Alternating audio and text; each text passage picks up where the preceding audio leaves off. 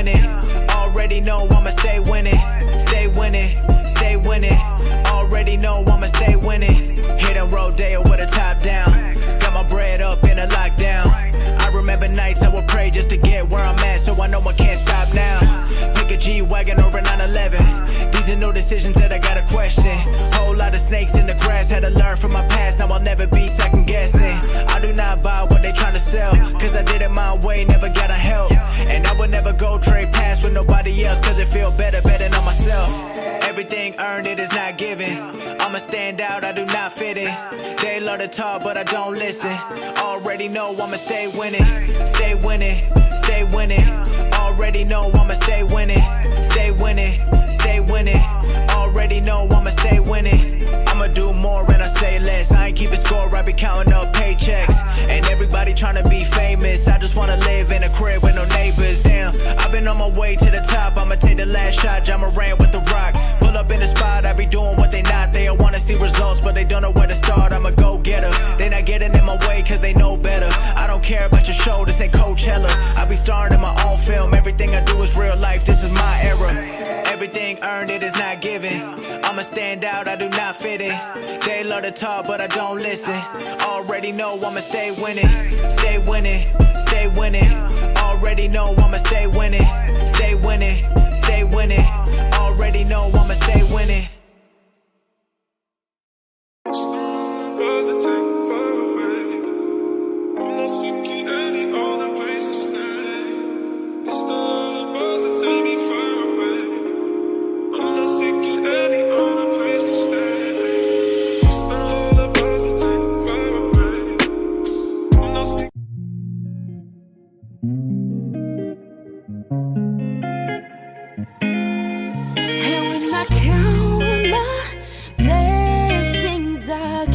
Twice all day, all night, and here I am, free, falling at 102, straight into you. Oh baby, baby, I like me better when I'm around you. You bring light where there once was a dark blue. Count my blessings, I count you twice all day, all night.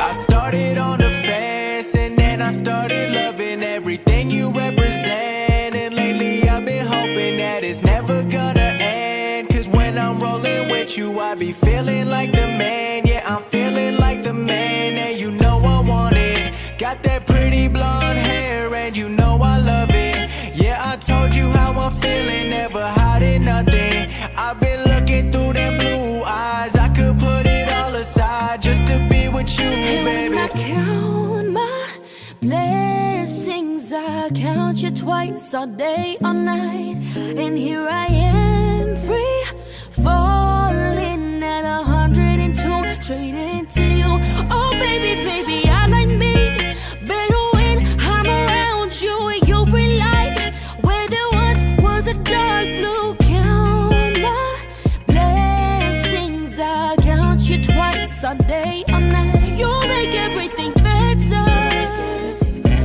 It's always an adventure, yeah. We've been doing life together, so I count you twice a day and night. I remember when I met you, I remember how I felt too. Every day I wanna text you, cause you put me in the best mood. Know that I never ignore you, everything that I did for you. Hope you know that you're the best one, know that I can't get enough. Pull up and stay for the night, taking the hoodies you like. Do what these other men couldn't do, know that I'll never be leaving you. Take you out to the Bahamas, girl, I know that you the finest. Promise I'm never gonna change, hope we can keep it that way. When I count my blessings, I count you twice all day, all night, and here I am, free, falling at 102, straight into you. Oh baby, baby, I like me better when I'm around you. You bring light where there once was a dark blue. Count my blessings, I count you twice all day, all night. You make everything better. It's always an adventure, yeah. We've been doing life together.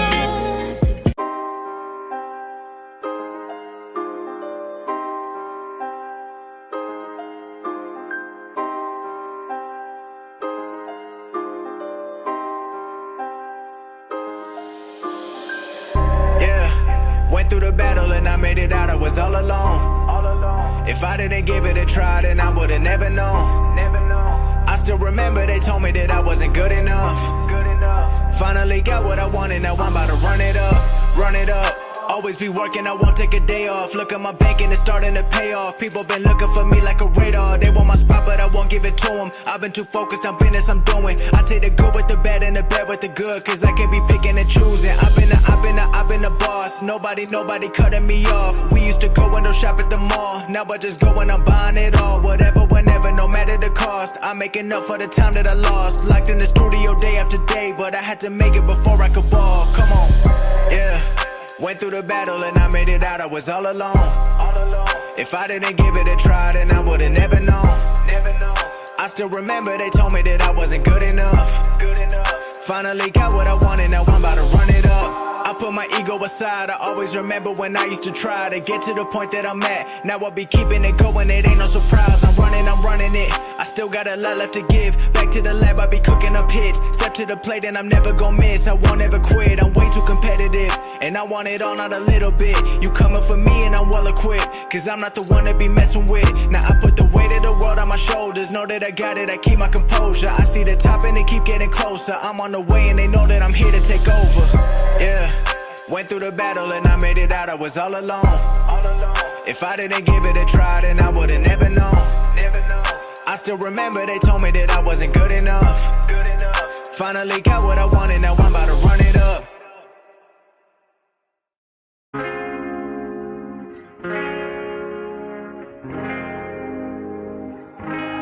I got paranoia, I've been getting older. I cannot explain what's inside my mind. Devil on my shoulder, I don't really know ya.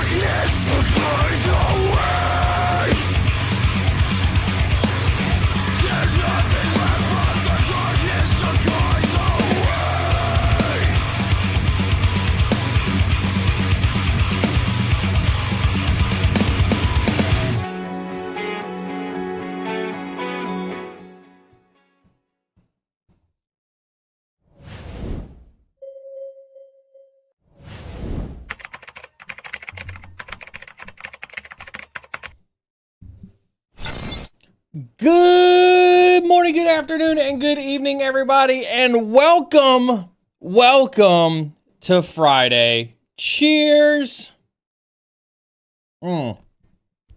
This is our Friday morning tea with a hacker. Happy Friday morning to everybody. We have made it through another week. Yes. Another week under the belt. Hope everybody's doing well this Friday. My name is Neal Bridges. Thank you for tuning in with me on this beautiful, lovely, happy Friday. Listen, most of you, I definitely saw a little bit of like shift in the, I was like, why is this music not hitting it this morning? We got to find the groove of this music. And then 3 songs in, I was like, F it, I'm going back to metal. And so switched up the music. So yeah, the music wasn't hitting it for some reason this morning. Music was not hitting it a little bit this morning. So yeah, we switched it up a little bit in there. Got a little hair down. Hey, we could probably call it in support of our late friend, Ozzy Osbourne, who passed away this week. Rip Ozzy. For those youngins who don't know, Ozzy was a great, great singer and a really weird dude. Golly, I'm telling you, man. It feels good to have a voice. It feels good to have a voice, right? I'll tell you, I'm still getting used to this co-working stuff where I turn on the camera and I don't speak, right? You all have no idea how much I want to speak to you during the day about some of the shit that I put up with. It is absolutely bonkers how much I want to tell you guys some of the crazy shit that I put up with on a regular basis. Congratulations to Tails on completing an interview. I've got some updates. I've got some interesting updates about the market. I'm going to wait a little while, let everybody continue to trickle in, from their respective platforms. But I've got some market updates, the cybersecurity hiring market stuff that I'm excited to tell you guys about that. I love the co-working streams. I can unequivocally say they have been absolutely productive. At the same time, I can also tell you it does continue to shock me how little I get done during the day sometimes when my day gets filled up with absolute phone calls, right? I think that's one of the things that I have more awareness of now doing the co-working streams than I did before, was just how crazy unproductive I can be when I have to context switch so hard based on meetings. But we'll talk about that here in a little bit as well. Welcome to everybody who's tuning in for their first time. If this is your first time with us, cheers. This is our Friday morning tea with a hacker. This is where obviously we have lots of shows that happen throughout the entire week. We got. Did I hear a beard in my ear? Did you just now find the awake button?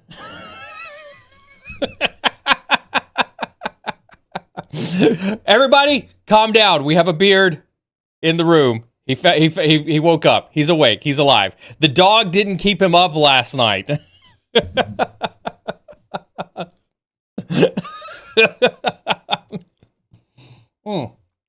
As I was saying, if this is your first time on stream, thank you so very much for words are hard, tuning in and joining us on this Friday. This is our Friday morning AMA stream where we sit down. We do a lot of thematic shows throughout the week. We've got a cyber threat brief. We've got daily cyber with Brandon. We have security data operations. And of course, we have tea with a hacker. And so this is our Friday morning stream where we come in, we sit down, we give you a free opportunity to sit down and chat with me and answer all of your questions that you may have about anything that's happened throughout the week, anything that's happening throughout your life, anything about my career, my past, my future, my history, golf, cancer, work, wow, doesn't matter. Let's talk about it. It's Friday chill session. We sit here, we drink some tea, we get on some soapboxes, we rant a little bit about the state of cybersecurity, the world as a whole. I drop some truth bombs, hurt some feelings, and we all have a fantastic day at the end of it. That's right, don't forget the co-working streams. Co-working streams have been awesome. If you're a regular here, I see lots of my regulars in chat. Fixit, Outcast, Sonic, Tails. Love all my regulars. Infinite Binary. Love all my regulars. Thank you all so very much for your continued tuning in to the content. Your continued support means the absolute world to me. I do truly appreciate all of you being here all of the time.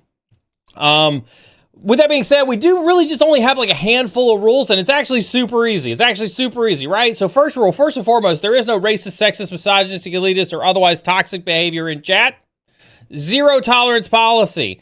Zero tolerance policy. We don't tolerate it here at all whatsoever. That's what zero tolerance means. We don't tolerate it. Imagine that. The words mean something. With that being said, we do have moderators in chat. I want to give a huge shout out to all of my moderators each and every solitary stream. They have been here through thick and through thin for 5+ years. You realize that we're coming up on BlackHat DEF CON 2025. We started streaming right around July 2020. We've been streaming for 5 years. We did our first BlackHat and DEF CON stream 5 years ago, 5 long years. And so huge shout out to all of my moderators for being through me through thick and thin through those 5 years. It's been absolutely amazing to share the Twitch and streaming battle space with you. Moderators are here not to stifle chat by any stretch of the imagination. Moderators are here to keep chat free of racist, sexist, misogynistic, elitist, and otherwise toxic behavior. If you do have a problem with the moderators, I encourage you and invite you to hop on over to the Discord channel and take it up with them. They like to talk. They'll be more than happy to talk to you. Great opportunity to plug the Discord. Reminder, we do have an active giveaway going on right now in Discord. The giveaway that's going on right now in Discord, as promised, we take all proceeds that are earned on this stream and put them back into the community. And so we took last month's Twitch earnings.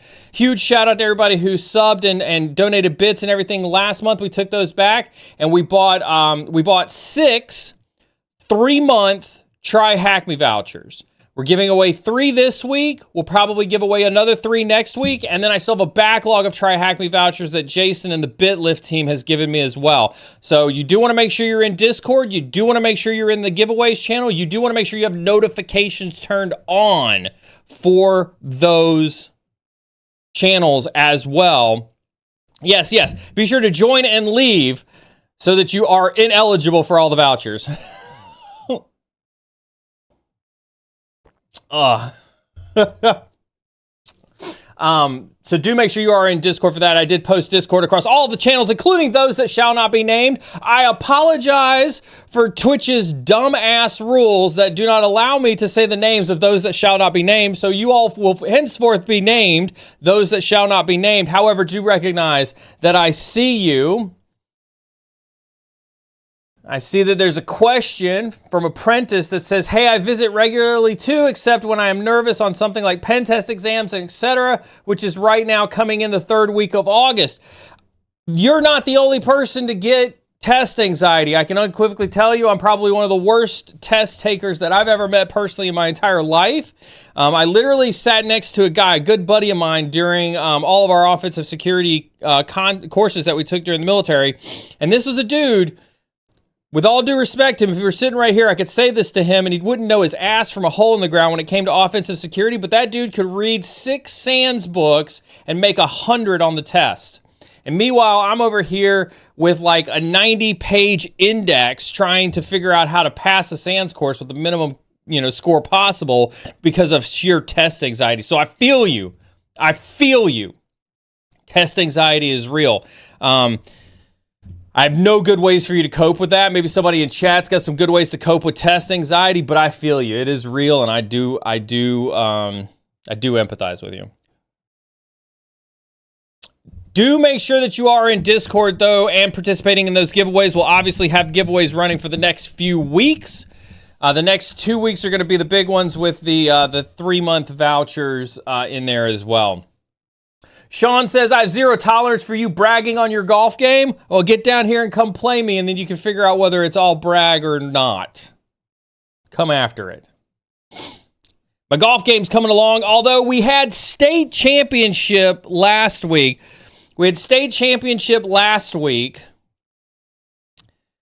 And this is the struggle bus for me as a golfer, right?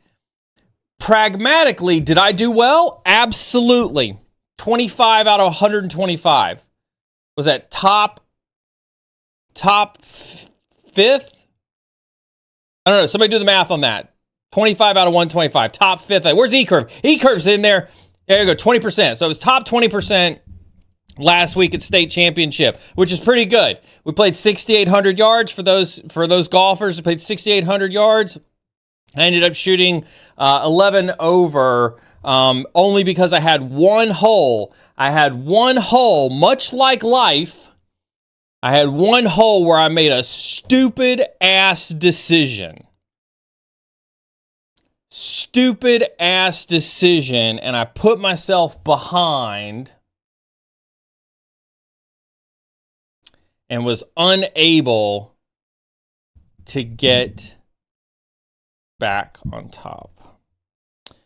That's okay. I finished strong. I played good. I was really happy with it. Wasn't the top 5 finish I was hoping for. Oh well.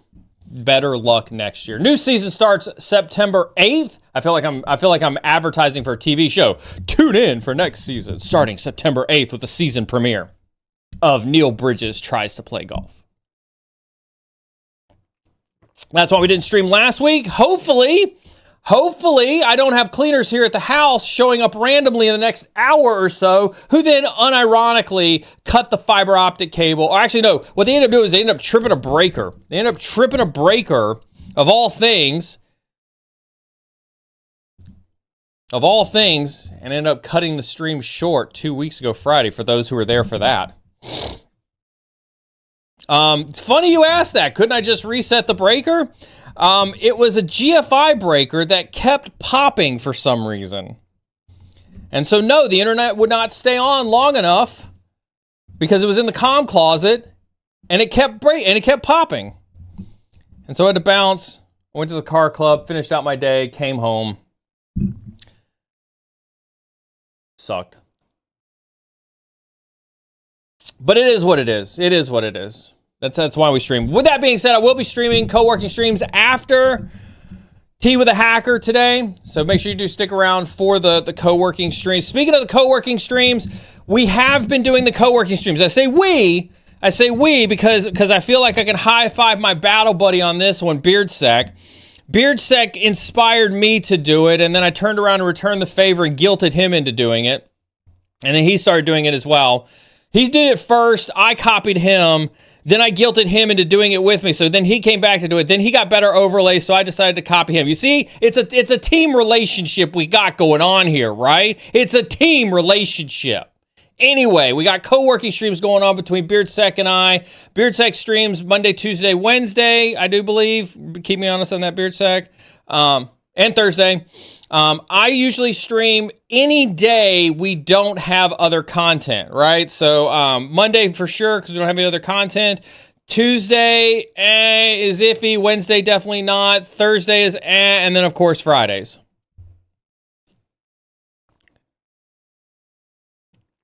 Do we have the co-working bot here?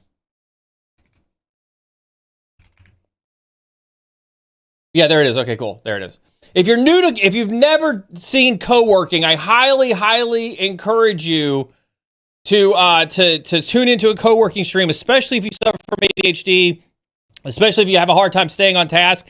I will say this for my own benefit. It is absolutely amazing how even though I chat with you all during the day, I still get so much done. So much done. When I don't have calls in and out the ass, but whatever.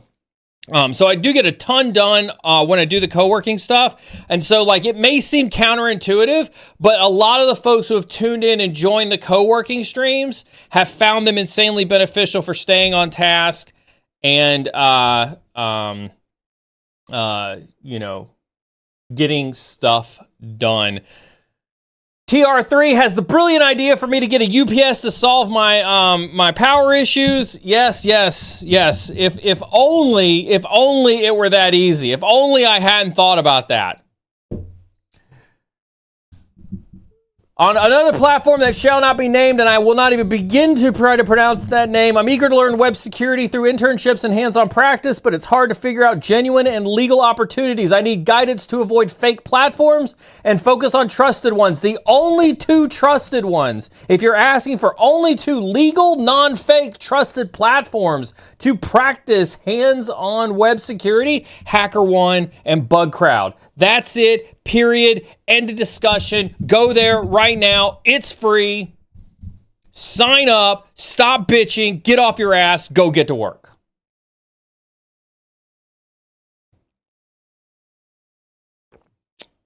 I need to check to see if Synac is still doing they've changed it so that you have to apply to Synac. You can't do the, it's not open to everybody anymore. And so, I stopped promoting them when they stopped making it open to everybody. You have to apply to go to Synac. Ugh.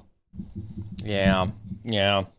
So there's that. So no, BugCrowd, HackerOne, Cobalt the same way. Cobalt.io used to open it up to everybody. I think they've since shut down their public ones as well. So there's that too. I do have a couple of interesting tidbits that I've accumulated over the week. You all know, as part of my typical strategy is I curate a lot of like what's happening out in the world, and I try to bring it to you. A, to inform you. B, because there's a high likelihood it's going to get me onto a soapbox at some point in time. And so I have a couple of those. That I want to share with you.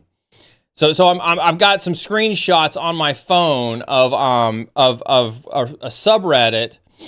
So I was on our Recruiting Hell. That is a subreddit that I follow, Recruiting Hell. Why on earth would you ever follow a subreddit called Recruiting Hell, Neal? Because I talk to a lot of folks who are asking me about jobs every day, and there is a recruiting subreddit where I was like, ooh, and it's got hell in the title. I bet there's some good details in there. And lo and behold, it did not disappoint, Pat.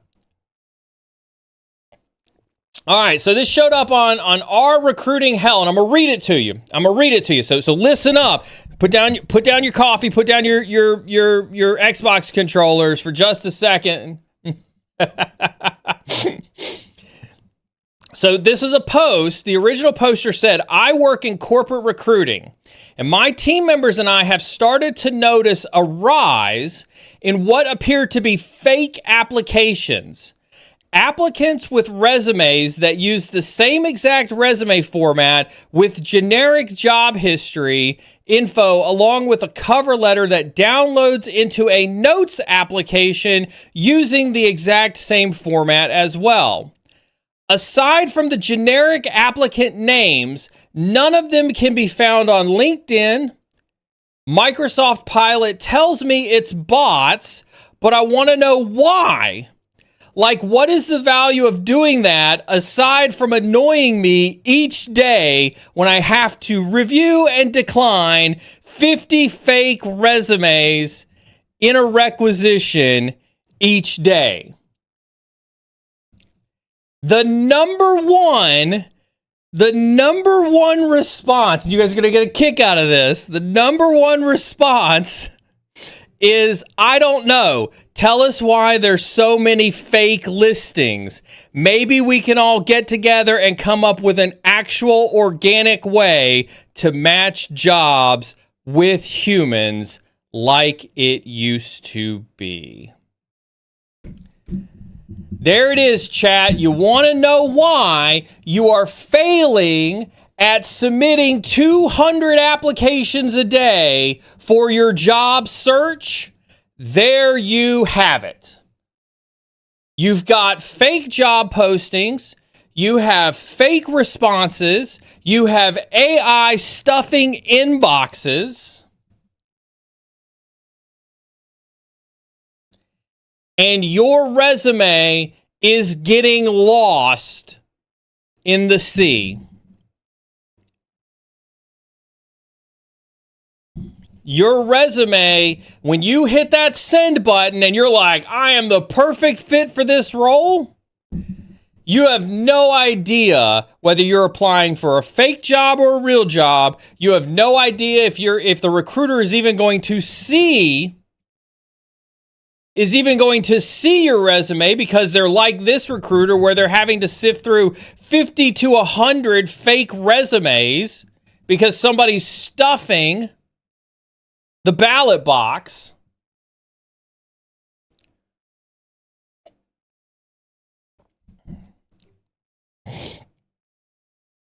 There's another one from another recruiter. Over half my applications are fake. I feel your pain. I'm back to headhunting instead because it's wasting my time reviewing applicants. Hear that? I'm back to headhunting instead because I'm wasting time reviewing applicants. So back to the headhunting message, right? If you're not networking, if you're not reaching out to recruiters, if you're not engaging in social media, if you're not, thank you, Beardsack, for reading the tea leaves, if you're not making content, you people, how many times do I have to say it? It's right here. I'm back to headhunting instead of reviewing applicants. How do you think that headhunters work? Does anybody have an idea as to how headhunters find people on the internet? Anybody? Congrats, chat. We have a new record for Carmen telling me to reduce my blood pressure. I think we made it 31 minutes, not counting the intro.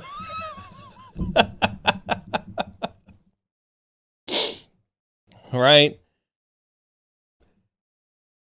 I'm telling you, like, it's not about your certs. It's not about your degree. It's not about how many applications you're posting on a day-to-day basis. It's not going to work in today's job market. Right? It's not going to work in today's job market.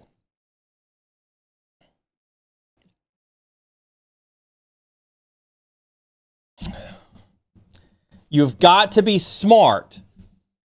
You've got to be smart, not Cali smart. You've got to be smart. Yeah, proving it. Underrated comment by Fix It right there. Underrated comment by Fix It. The new barrier to entry for applying for a job is going to be to prove that you're human. That's going to be like everybody. I want everybody to start putting that at the top of your resume. Number one qualification that you are good enough for this job, you're human.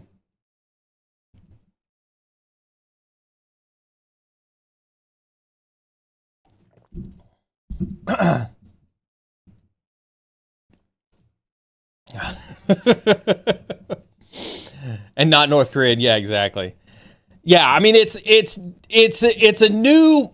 definitely, tactics have changed, right? I say this frequently enough, right? You have to, I'm sure most of you, especially those of you with aspirations of being offensive in security, right? Being the hackers and whatnot. You guys are very familiar with having to change your TTPs.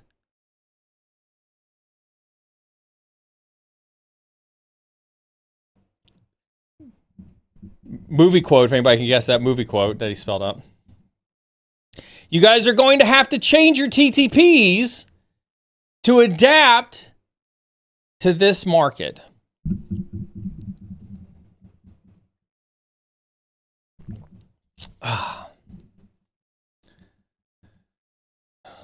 On top of that, 15 hours ago, this one just hit in our cybersecurity. Rapid7 just rescinded my written offer the same week as acceptance, citing lack of headcount. Are their prospects looking bleak, and has anybody else heard of similar things happening? Yes, Rapid7. So that's also what's happening, right? Congratulations, you've proven that you are a meat popsicle. You have gotten through the 9,000 interviews, 4 personality tests, 13 behavioral exams, 4 DNA tests, and you've committed your entire life's work to moving to Boston to be part of Rapid 7. Only for them to rescind their written offer the same week.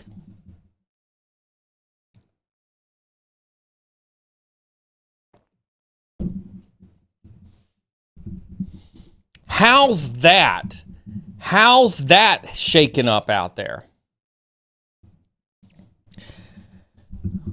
This speaks to don't let go. This is a different time. I've said this before. 5 years ago, when I sat in front of this camera and had conversations with you all about the cyber market, I was having different conversations with you than I am today. And today's conversation is you are in danger. You are in danger. Do not leave a job without having one secured. Do not try to leave your job just because you don't feel good. You don't have a good work-life balance. My boss said something mean to me. Don't leave a job for stupid fucking reasons like that. Now's not the time. This is definitely a fuck around and find out job market. This is definitely the FAFO of job markets. Now's not the time. Right? If it hasn't been evident, and this is like, you all know that if it was like, I've given you tons of, like, I'm not the Debbie Downer on here. I'm usually telling you guys, like, let's go. We got this all day long. I'm telling you, today is not the day. This is definitely not the day or the season or the year. Right? You got to lock in these days. If somebody throws you an unpaid internship, you might want to go take it. That might be the best thing you get.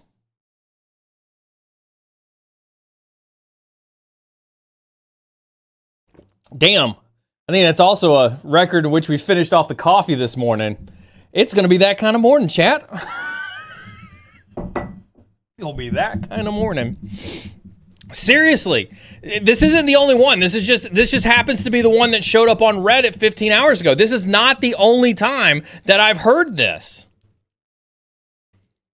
Right? This is not the only time that I've heard this. We saw Microsoft. We saw Microsoft recently lay off another 9,000 people? Right? Layoffs, I've said it before, layoffs are the first cost-cutting venture. Everybody tries to say, right, that they try to hold off on layoffs as much as possible. Sure, sometimes. But when the rubber meets the road, the first cost-cutting measure is people. It is absolutely people. People are the biggest line item on the P&L, or the profit and loss.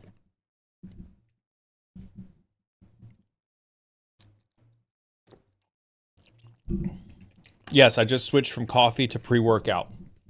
We got to get going.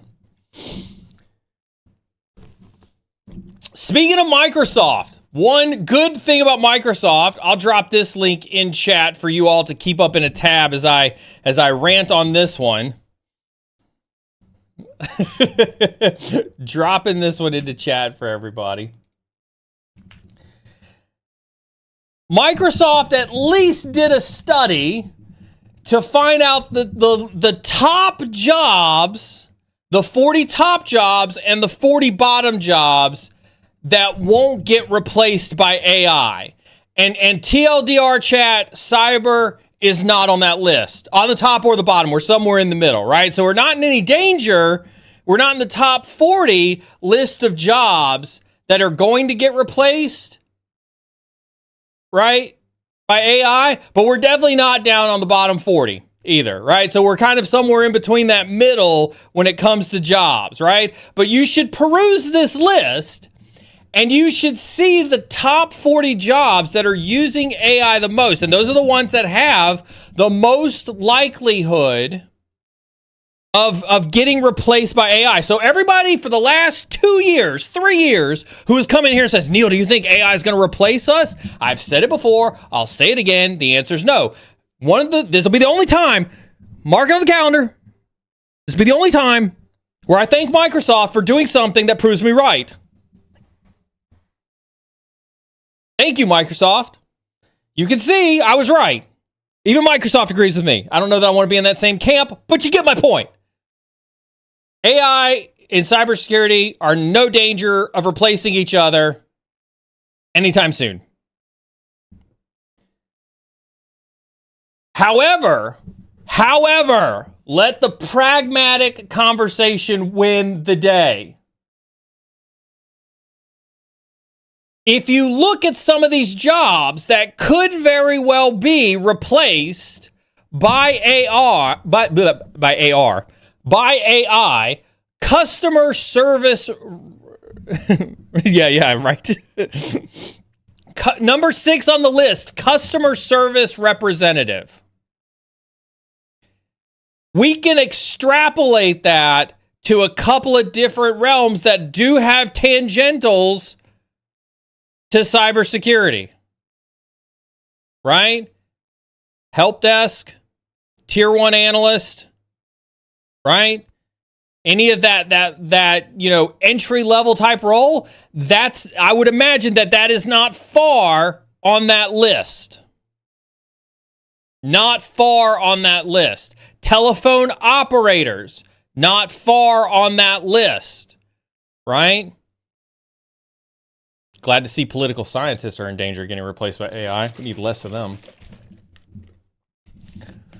Right? I see technical writers. Technical writers. I get worried about my GRC peeps when I see technical writers on that list.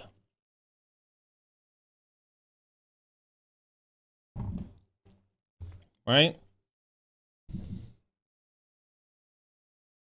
Web developers. You see, web developers shows up as 33.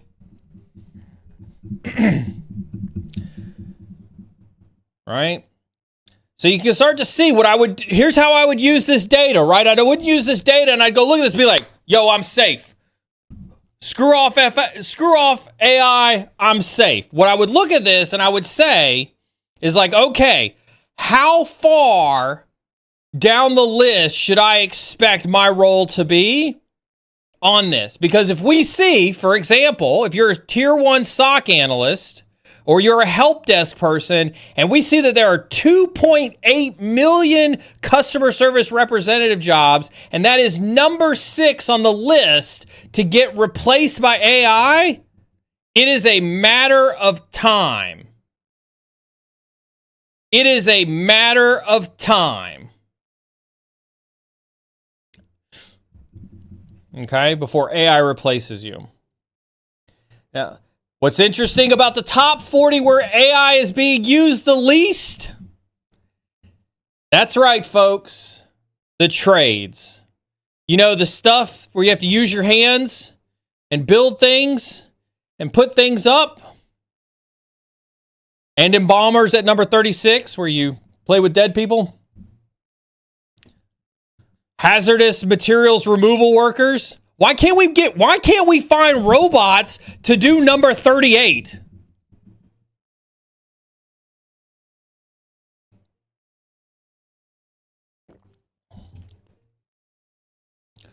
Soapbox incoming.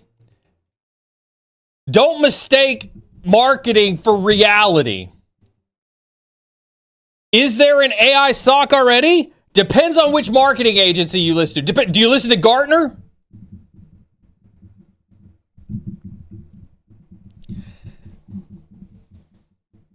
If everybody were what they said they would be, I'd be a gazillionaire right now. If all I had to do was say it, and it were true, I'd be a gazillionaire. No, let me unequivocally tell you, I have looked at so many AI SOC. Hold on. Allow me to be more cynical about it. AI SOC. Yeah. Right? I can't name the companies. If I could name the companies, I would name and shame them so hard. The amount of stupid marketing-based bullshit that I have seen in the last 6 months of companies claiming to be AI SOC. Holy cow, y'all. Holy cow. Yes.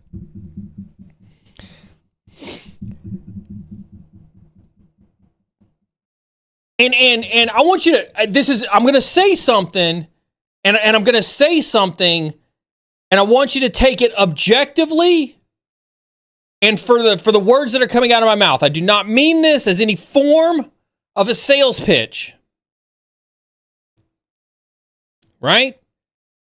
We have had people, not clients, I can't say who, we have had people look at what Query has built in the last 3 months around AI and privately tell us that we are so far along compared to every other AI SOC vendor out there, and we are not claiming to be AI SOC. We are not building AI SOC. We do not want to be AI SOC. We are not doing that, but what we have built, we have been privately told, is so much further along than everybody else that exists out there. It is garbage. It is garbage what people are claiming as AI SOC. So I see a couple who are like, AI SOC, what's that AI SOC? Artificial Intelligence Security Operations Center. Literally people who are saying that they can replace an entire SOC with AI agents, with artificial intelligence agents.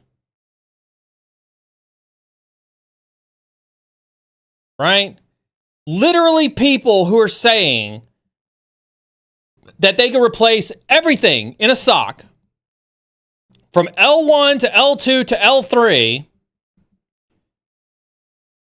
with agentic AI. It is the biggest scam since XDR. It is the biggest scam in our industry since CEH. It is the biggest scam in our industry since Zero Trust.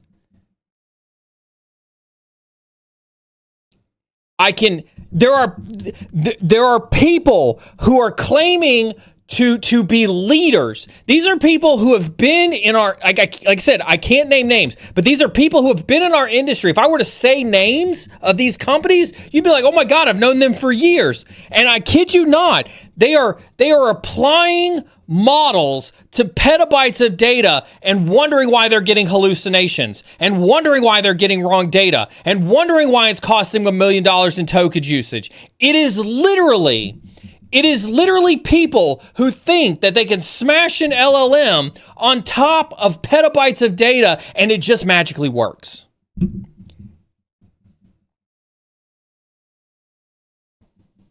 It is people who are trying, this has always been my frustration,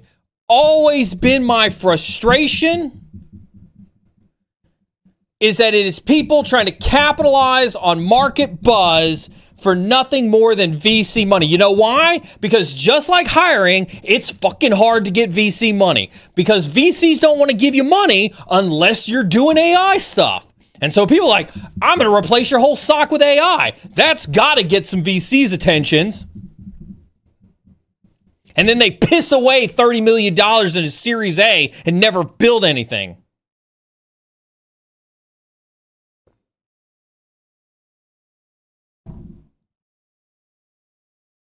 Soapbox number 2 right there.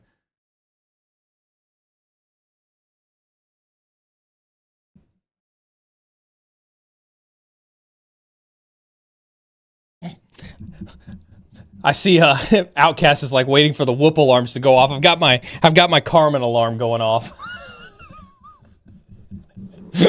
she's like stream is not therapy. I get 3, and then she's gonna start tuning in and monitoring me.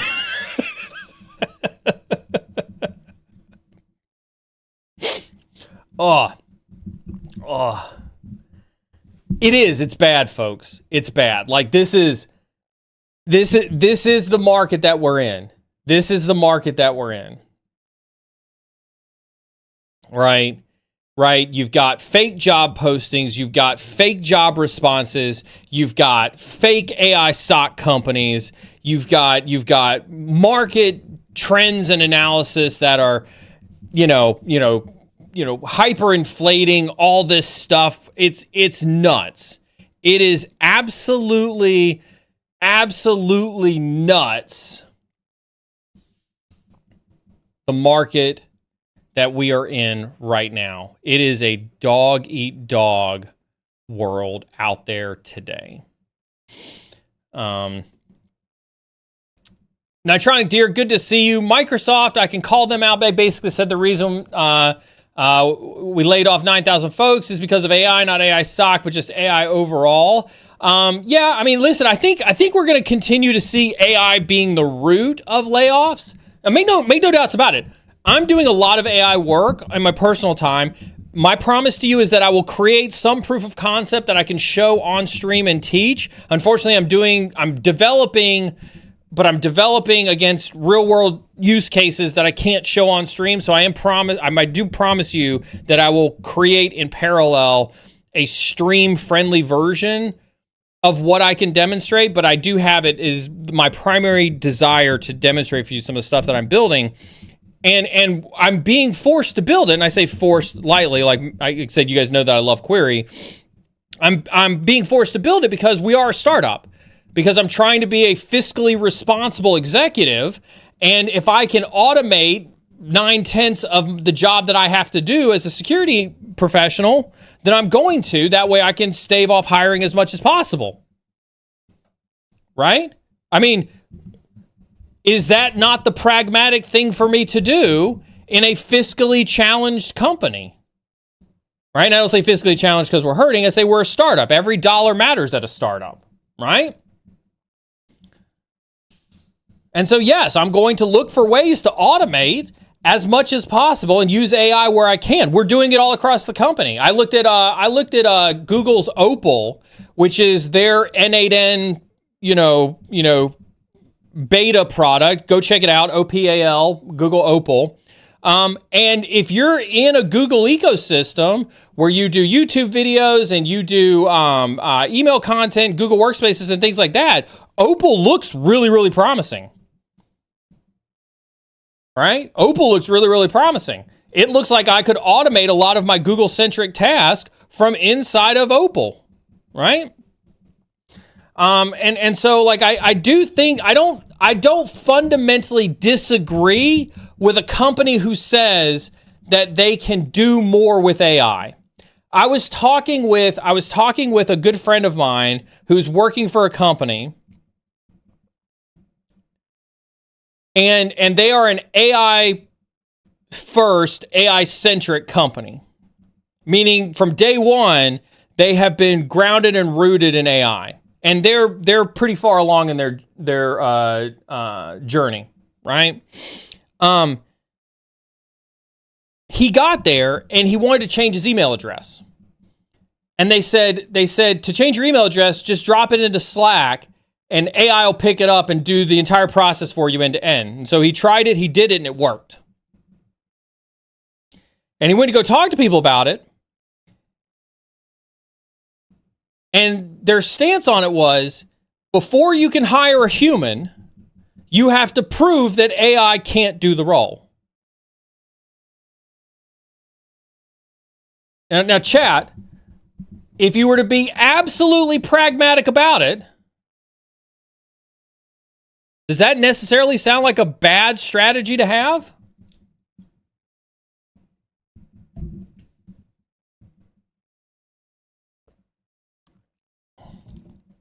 I don't. I think that that's pretty good. You have to prove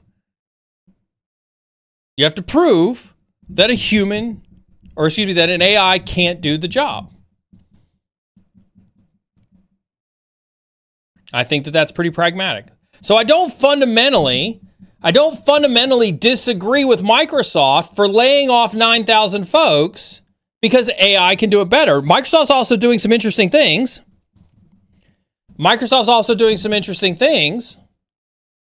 Right?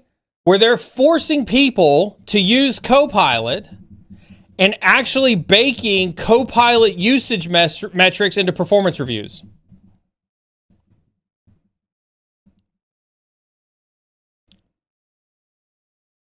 Real quick, just like this, I love it. Let's go down this. Until a hacker gets your Slack and changes your Gmail or your email, how would that be any different than compromising a user account? It wouldn't, would it? You would have the exact same problem as if it were human-based. I would argue you'd have more of a problem if it was human-based, because what have you all, look in the mirror, fantastic opportunity for you all to look in the mirror and ask yourselves, how many times have you blamed users? How many times have you blamed humans for breaches? So what you're telling me is, until a hacker gets your Slack and changes your email, is better with a human than it is with an AI? This is like that meme with the 2 red buttons, right? Blame AI, blame humans. Sweating over which one to do, right? You all are now caught in your own loop, right? Where you want to blame humans for being the weakest link, and then as soon as somebody says we're going to use AI for everything, you're like, well, what if AI gets a hold of your Slack channel? Well, I don't know. Humans have been doing it for years, and we keep getting popped. AI's got to be better.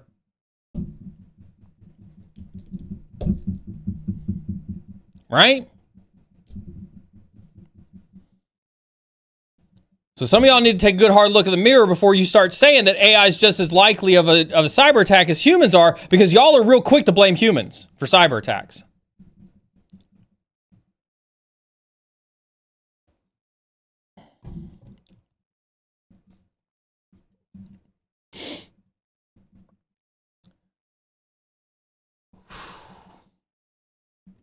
Oh, God, what a morning.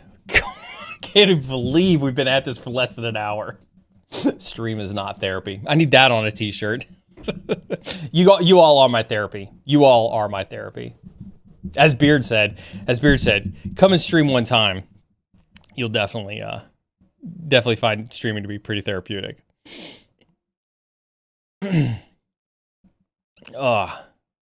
How long before the order take at the McDonald's drive-thru is AI? Not long.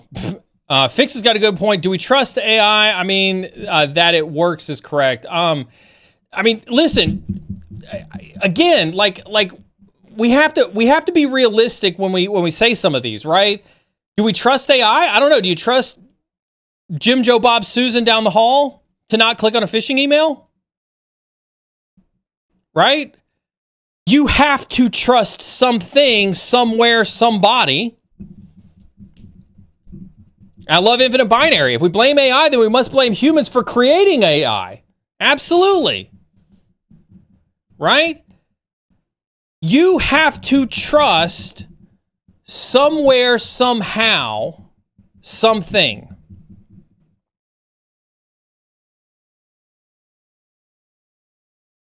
Right? I will tell you from my experiences, when you get a model that is trained with very good instructions and very good guardrails, it's pretty reliable. It doesn't hallucinate, executes the task frequently and quickly without issue. Becomes pretty trustworthy when you know that it can do it frequently.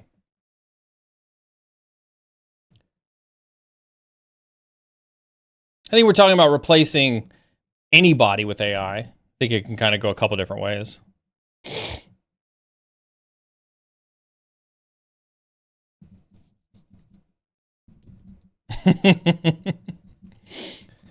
Yeah. I think this is why I've said to you all, right, is I think that, like, if you're looking for a thing to focus on, right, if we go back to, like, well, where should you be focusing your time and efforts, right, in all seriousness, I think that this current dilemma we have around AI, and I say dilemma, I don't mean it horribly, right? I think this instantiation, that's the word I was looking for. This instantiation of the meta that we're currently in for AI begets that you're going to be successful if you're the person who can leverage AI more effectively than your coworkers. I do believe that, which is why I encourage you all to get out there, right?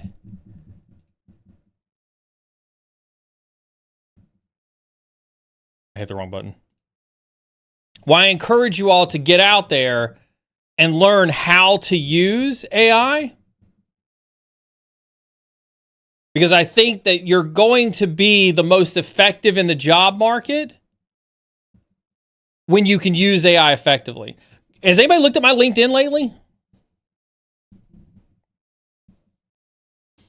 Notice the title change that I had on my LinkedIn. Not my job title change, but that headline at the top. So that when people see my connection request, when they see me show up in their views, right? I think you're going to have to start to be thinking about how you show up as an AI enabler of cybersecurity function to be marketable. I've seen rumors, and Nitronic Deer, if you're still in chat, you've worked at a lot of organizations, especially on the GRC function. I'm sure you've had these conversations as well with other organizations you work for. I've seen talk of a chief AI security officer.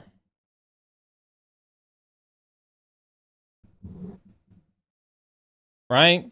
A chief AI security officer.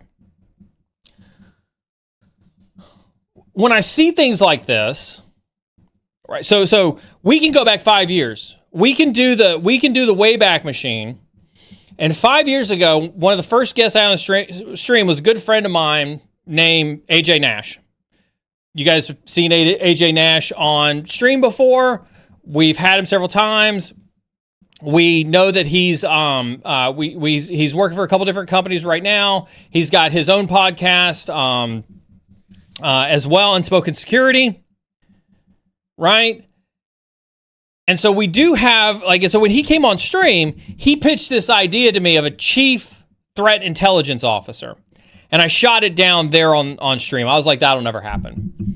5 years later, we've still not seen made tail of a chief threat intelligence officer. I felt pretty good about standing on my guns on that one.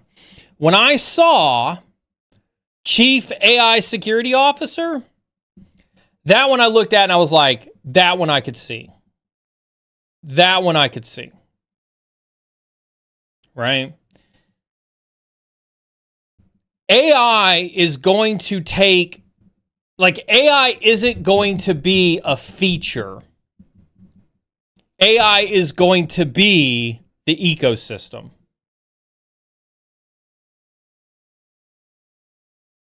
Let me say that again. AI isn't going to be the feature. AI is going to be the ecosystem. I've been consulting with a lot of companies. I talk to a lot of CISOs. I talk to a lot of organizations just naturally with my role at Query. I talk to a lot of folks, and the folks that I've talked to, there are more and more companies that are building and training their own models to use internally. There are large financial organizations. If you can think their name, it's probably true. Right? Where they have their own models internally that are trained on all their processes, all their policies, all their products, everything. And it's used from the help desk to the executives, up and down the organization.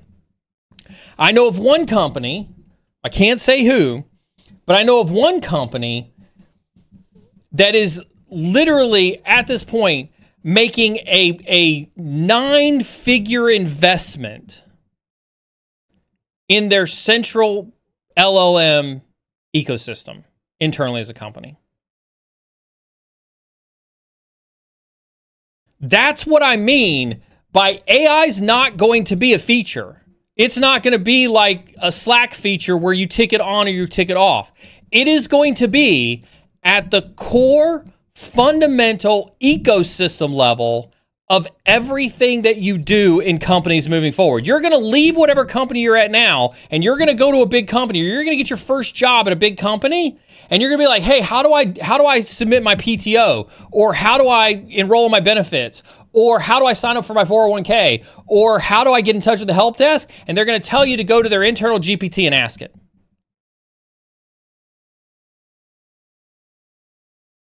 If you worked at a big four, you're probably familiar with miles and miles and miles and miles of SharePoint folders where you see all the previous work and presentations and everything else that you've ever done for a client ever as part of a consulting engagement.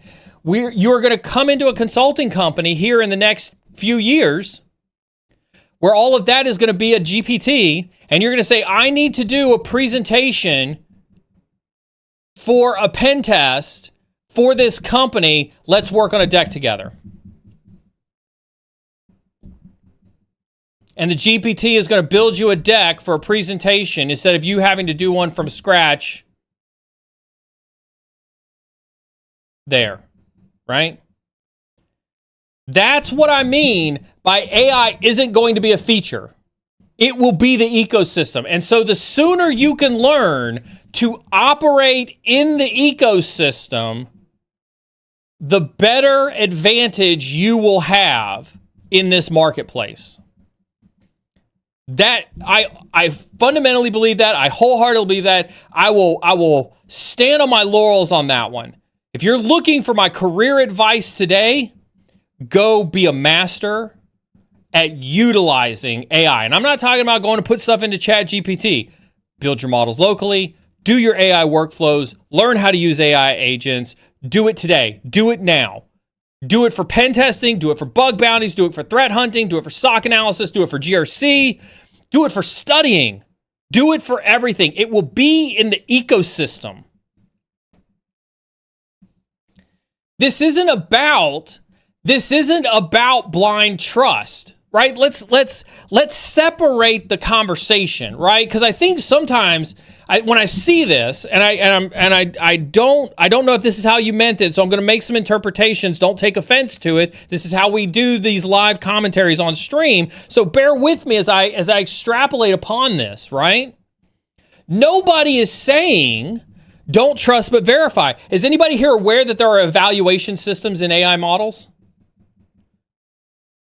You know why you're not aware of that? Because you haven't researched it. What does an evaluation system do of an AI model? It allows you to take the requested input on the front end, evaluate the output, and see if the output matches the expected input. So if I asked it what 1 + 1 is, and the model spits out 5, and then I have an evaluation engine that says, no, 1 + 1 is equal to 2, and it evaluates that output and says that output is wrong, it doesn't pass the model answer back over to the human. That's an evaluation system. So there are systems in place that act as a trust but verify.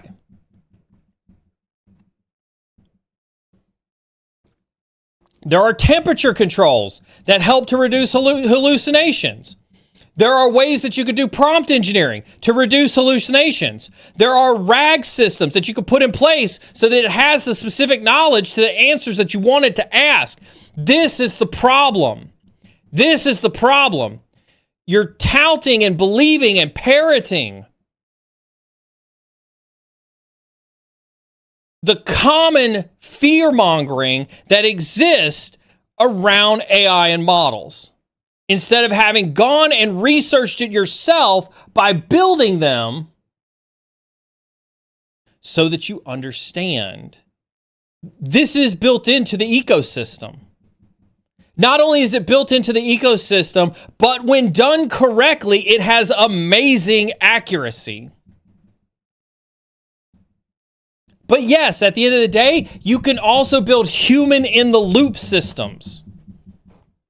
How many of you know what human-in-the-loop systems are? Well, Neal, I know what it is because it sounds exactly like what it is. Sure, that one should be pretty easy for you to understand. But if you've never built one, you wouldn't understand that you can put a human in the loop that says, you asked this question, I had this output, is this what you expected? What do you want me to do with it next?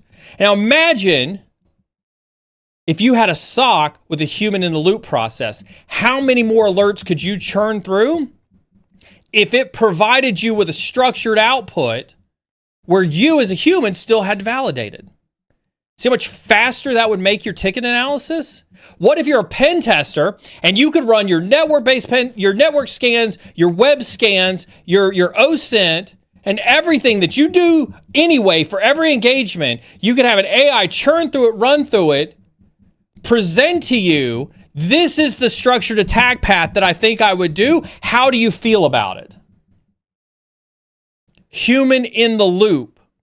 So there are mechanisms that are built in to AI and LLMs that afford you the exact same comforts that you're talking about here.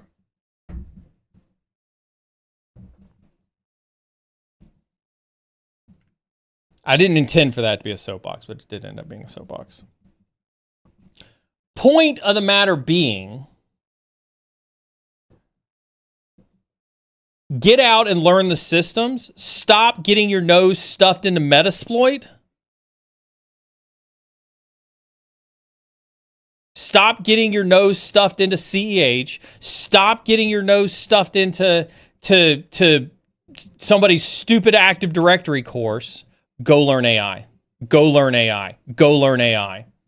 Learn how to do your offensive security role with AI. Learn how to do your cyber defense role with AI. Learn how to do GRC with your AI.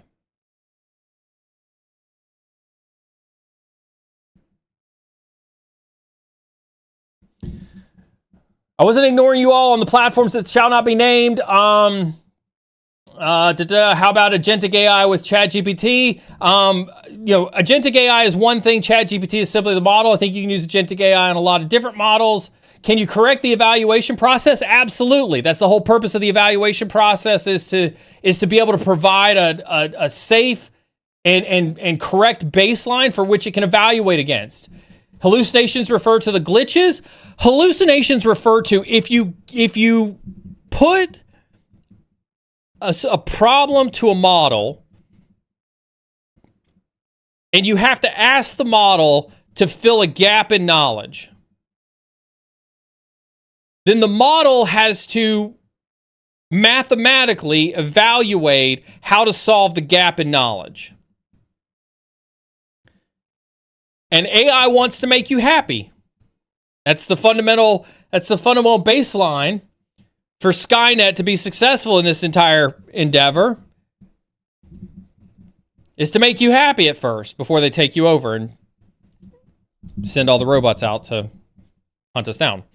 But anyway, and so it will do its best to fill that gap in knowledge by telling you the answer that you want. And that's what we refer to as hallucinations. Hallucinations oftentimes come from one of two things. One of three things. You either asked it too broad of a question, you did not give it context with which to answer the question, or your prompt wasn't specific enough.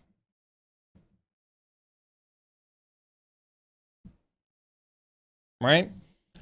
I don't know if anybody still has it. I'd have to search through my browser history to find it, but I dropped an article that had the hallucination rates of all the models that exist out there, and it is absolutely stunning when you look at reality. When you look at the reality of it, models don't hallucinate nearly as much as the skeptics would have you believe.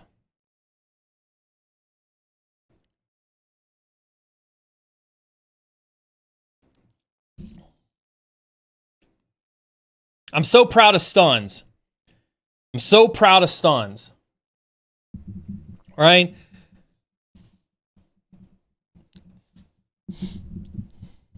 Stuns, again, another member of the community. He's been around for a while, for several years. Started out on the West Coast, listening to my content, put himself out there, did some content, did some live streams, did tons of great videos and write-ups, and all of a sudden found his way to a very senior level role on the East Coast where he's been at now for a few years. I couldn't be prouder of him. You don't hear a lot from Stuns because he's kind of quiet. He spends a lot of time with his family. He's a huge family man and skateboarding. When he shows up in Discord, he likes to chat. He likes to talk about what he does. So if you ever get a chance to hop into sub chat with Stuns, great resource to pick the brain of. Listens to me and doesn't say anything, and then goes out and learns N8N and builds a fitness app. Not necessarily cybersecurity related, but he knew he needed to learn it.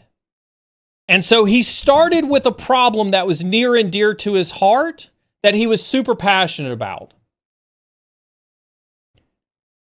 And he learned on his own the way us old hackers had to do back in the day.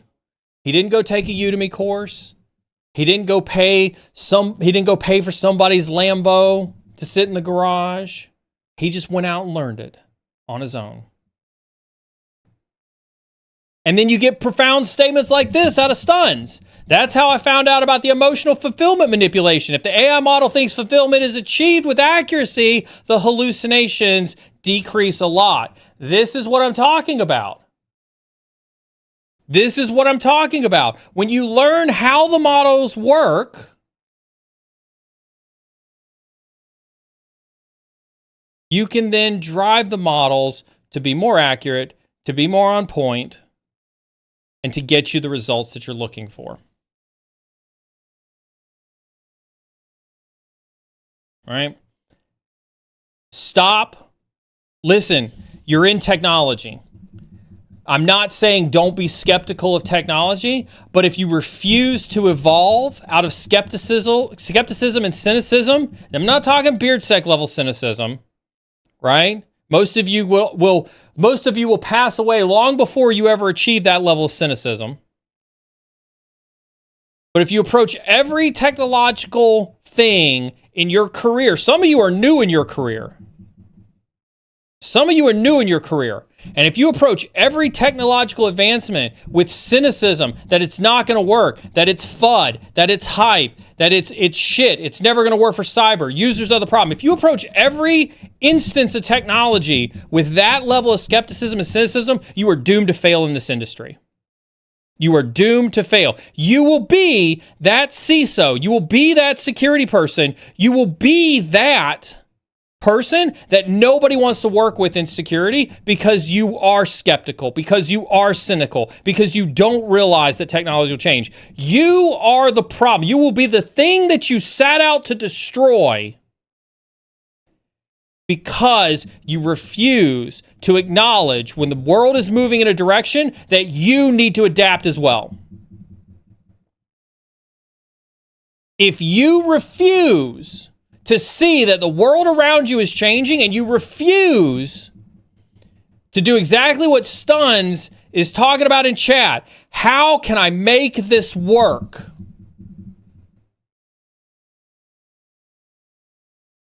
Somebody, you can send it to a mod and mod can drop it in chat. We've disallowed links for non-mods.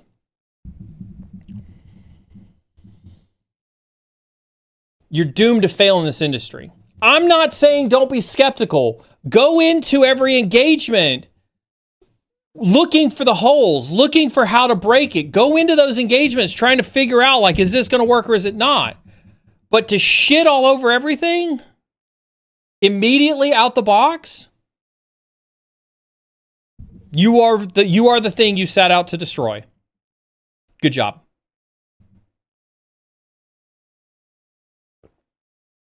Good job. As people are rolling in, don't forget we do have an active giveaway going on. Do make sure you head on over to the Discord. Make sure you do head on over to Discord And do get in the giveaway. We're giving away three 3-month. So these are huge ones. These are 3-month vouchers for Try Hack Me going on over in Discord right now. Yeah, don't be Blockbuster laughing at Netflix. Whatever it takes to make fat stacks. This is an underrated comment. By the way, I on the platform that shall not be named, Ray Floyd, your Discord is on point. Love it, engaging members. Thank you very much. Discord is fun. Do hop on over to Discord and come hang out with us over on Discord. Subchats are basically free mentorship nights. If you're not aware of that, you can catch me in there, in sub chat, and as most of the team will tell you, I'll answer any questions you've got. I'll tell stories all day long, things like that. Listen. You let Frazier paste the URL into chat. This is the dude who couldn't figure out how to SSH into a server. Okay, this is the dude who couldn't figure out how to SSH into a server. You let him post it in chat.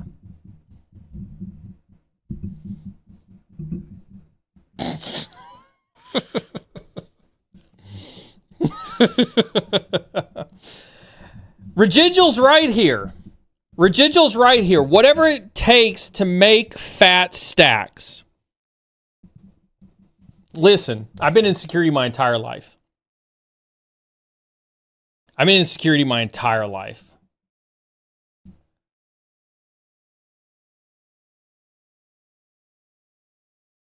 I want everybody to enjoy what it is that they're doing, and I want everybody to enjoy whatever mission it is that they're on. Make no doubt about it. Right? Make no doubt about it. I've worked some amazing missions. I've worked some amazing missions with the military. I've worked some amazing missions with the NSA. I've protected banks. I've protected universities. I've protected healthcare companies. I've protected, life sciences companies that are making baby formula for the babies that come out of the womb, all the way to pacemakers and brain implants. Right? I have had some amazing missions. And I have relished every single one of them, and I've gone into every single one of them wanting to absolutely crush it. But make no mistake about it. Make zero mistake. I have fought for every dollar that I could squeeze out of that organization to make fat stacks. And if anybody tells you you shouldn't be driven by money, ask them to send their paycheck to you. Ask them to send their paycheck to you and see what they say. Well, no, I got bills to pay. That's right. I got bills to pay too, and I want my stack to be as big as it can to pay those bills. And if I want to take on more bills, I want the stack to compensate for the more bills that I want to take on. Anybody who tells you that they are not in this for money, ask them to give you your paycheck. See what they say. They are lying to you. You should be out, and yes, I am telling you right now, you want fat stacks of money? Go to AI. Go to AI. I don't know how many fucking times I gotta say it. Go to AI. Do you realize how much Meta has just paid for AI engineers? Somebody find an article with the pay. There is an offer letter for an AI engineer at Meta, I shit you not, for a total comp package of $1.2 billion. B with a B, billion dollars.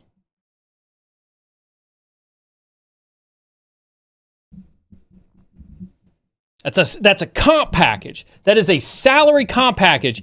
Base plus stock plus bonus. $1.2 billion. You want fat stacks?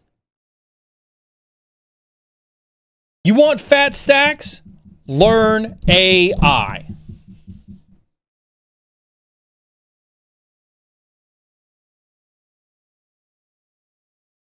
right?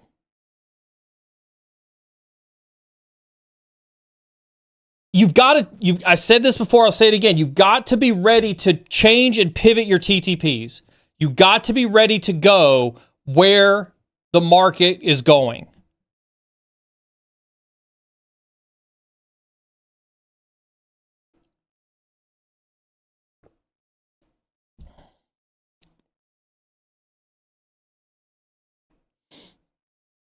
What would you say to someone just starting in cyber like 2 to 3 years in? Go learn AI.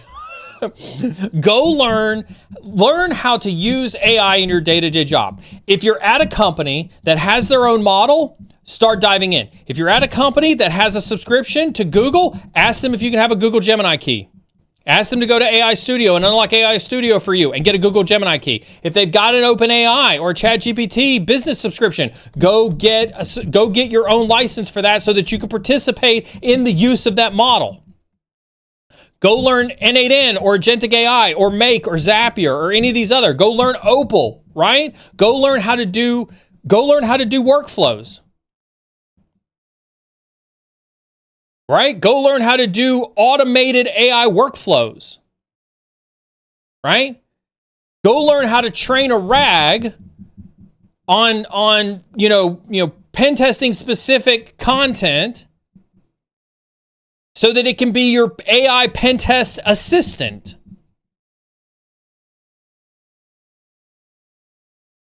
What do I tell you? If you are not pivoting to AI,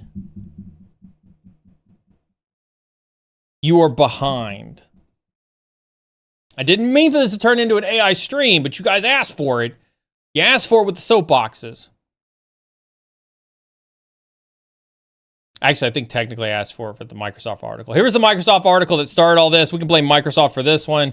This is the Microsoft article that started this entire conversation about replacing your job with AI. If you want to read it again and catch up, this is the one that we were talking about.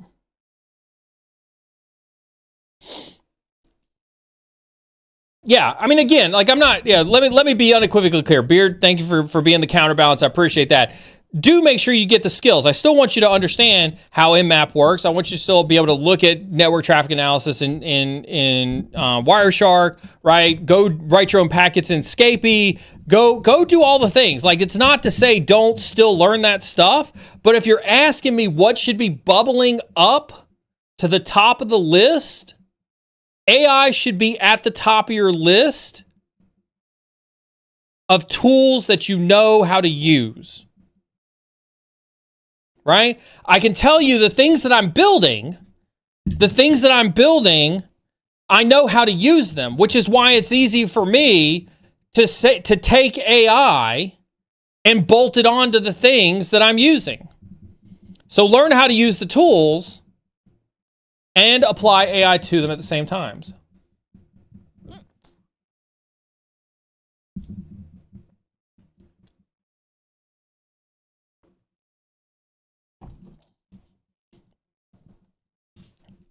But at the same time, just recognize you're going to have to learn two things in parallel. Right? Because that boat's going to come in quick. That boat is going to come in quick. Underrated comment by Beardsack. Ask yourself, if the AI wasn't available, could I do this myself? The answer should always be yes.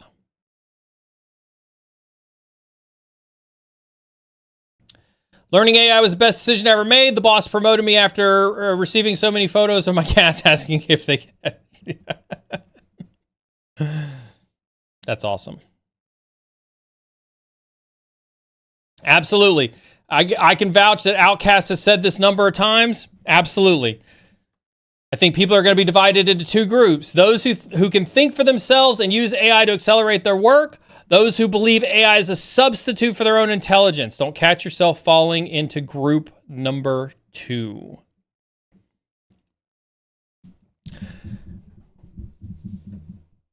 Don't catch yourself falling into group number 2.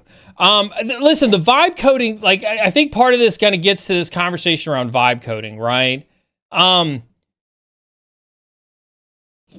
Let's unpack the vibe coding thing really, really fast, right? Let's unpack the vibe coding thing super fast. I know Beard loves that term. Beard loves that term so much. Whether you like it or not, AI is at a point where it can build applications in an afternoon. It's happening.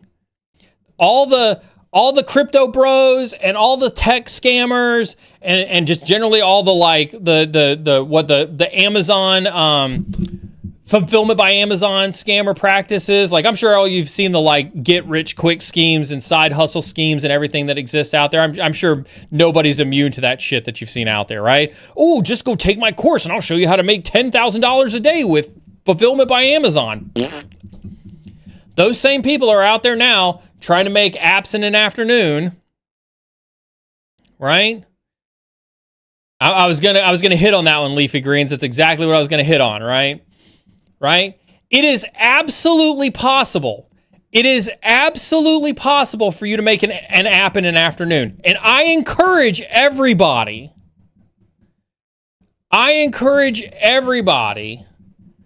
to go practice vibe coding to your heart's content. I have vibe coded a lot of stuff. I'm not a software developer. I make no qualms about it. I know Python, and I know it just well enough to write exploitation-related content, right? That's all I've ever written it for. It's all I've ever used it for. I can write Scapy agents. I can, do network pen testing and things like that with Python all day long, but I'm not a developer by any stretch of the imagination. But I've written some great stuff, vibe coding the hell out of it with all the models, right? And it's worked. It's been amazing. Like half the N8N stuff that I do. So I'm building some stuff, and I don't want to tip it away too much. Cybersec Mom dropped into chat with the gifted subs. Always know when Cybersec Mom drops in. Thank you so much. It's good to see you, Cybersec Mom. I got a DM in your inbox. I got something I want to talk to you about. Everybody should vibe code. Everybody should vibe code, right? Not everybody should post whatever it is they vibe code out to the internet, but everybody should vibe code, as we saw with the T app, right? For those who don't know, if you're new to that conversation, the T app was an app, predominantly driven towards women to help them with dating, right? Unfortunately, they were asking people to upload government IDs and other personal information and geolocation data, and they were storing all of that on a publicly accessible S3 bucket. Now, we can argue the merits of whether that is indeed a hack or not, since it was on a publicly available S3 bucket. You got breach here in quotes, right? Oh, was it really that bad? Oh, yeah, it was really that bad. Oh, it was horrible. Oh, yeah. It was bad. It was very bad, right? And so, was it bad? I forgot what the total count was. It was in the thousands. It may have been in the tens of thousands of government IDs and geolocations of individuals, let alone single women who were searching for anonymity. So yes, it was pretty good. Right?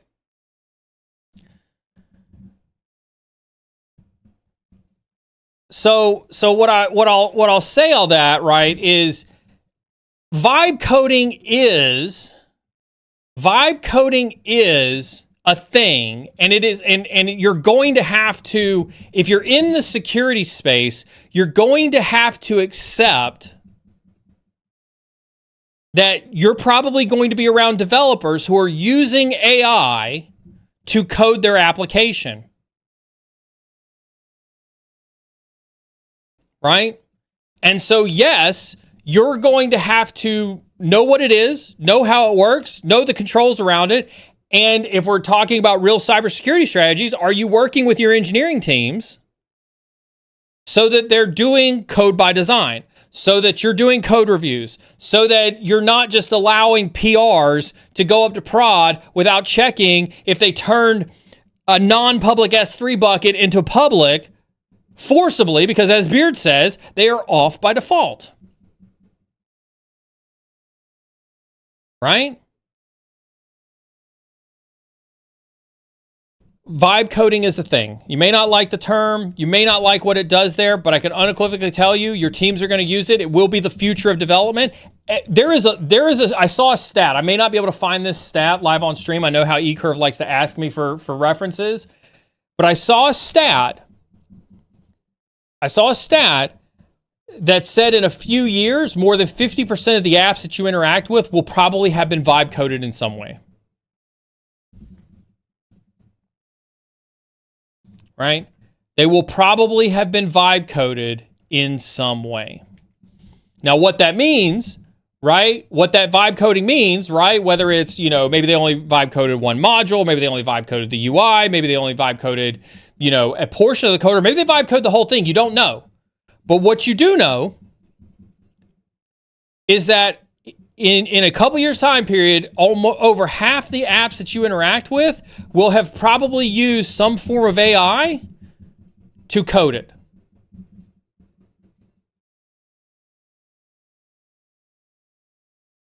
And so there is the possibility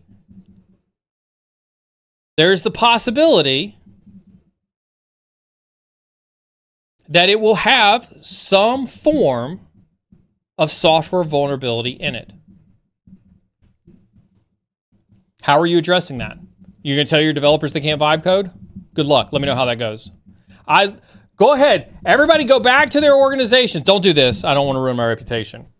Don't tell them I sent you. Tell them BeardSec sent you. Tell them, say, BeardSec said, I want all my developers to stop vibe coding. And see how it goes.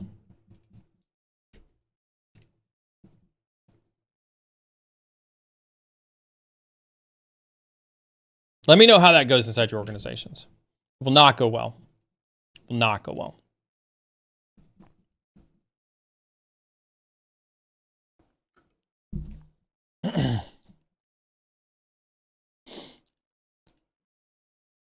Residual with, what's your top 3 security projects for AI that you'd recommend to someone learning it? It's a great question. I think what I'd say is most of you check news on a regular basis, right? Go write you an AI workflow that delivers into your... Where's Bayou Beast at? God, where's Bayou Beast at? I gave it... Residual, you were there. You almost got this homework assignment. You want a homework assignment? Residual, congratulations. You just signed up for a public homework assignment. The exact same homework assignment that I gave Bayou Beast.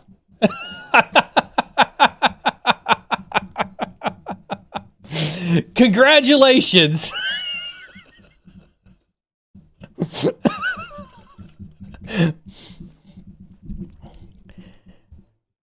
What's today? Today's Friday? Oh, I know you're not doing anything tonight. I know tonight is your easy night. I want you, by the end of the weekend, I'll give you an email address. The easiest project that you can do with N8N and AI, and you can do this on the 14-day free tier. You can do this if you self-host it in Docker. Right?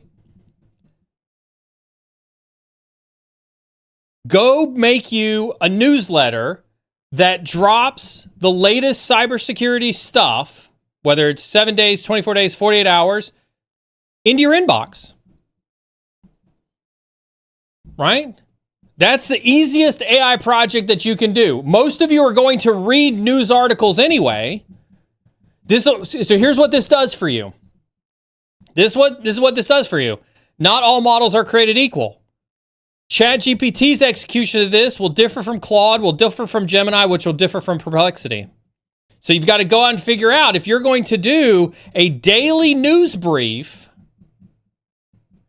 in your inbox every day, what's the best AI model for it? Then you're going to have to do an N8N workflow that has an agent that needs a prompt And so if you say, hey, just give me the top 5 stories of the day, are those stories even going to be relevant for you? And so your prompt has to be a prompt to make the stories that show up in your inbox relevant for you.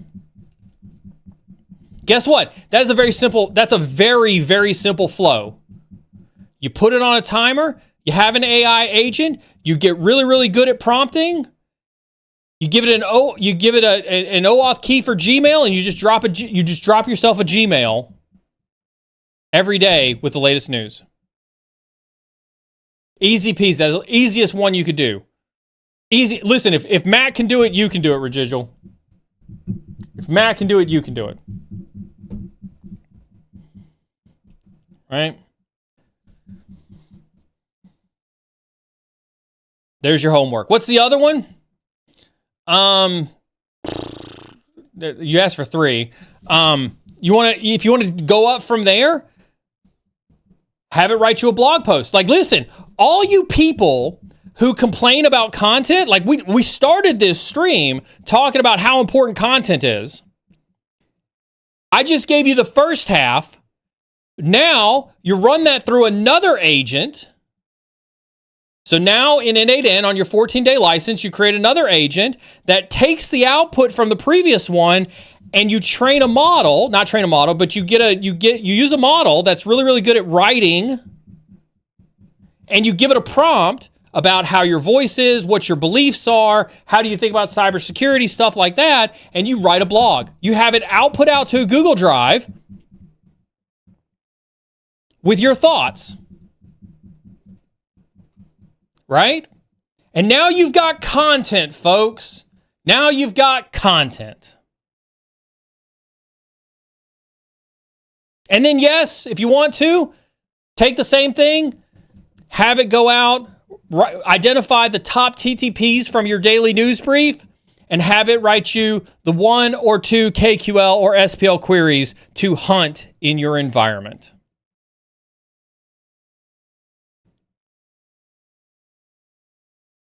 There you go. There's your top 3 projects that you can do. Let me address this one really quick, and this will be slight hyperbole, right? Because I know eCurve will dive into this one pretty well, right? There was a meme that I saw.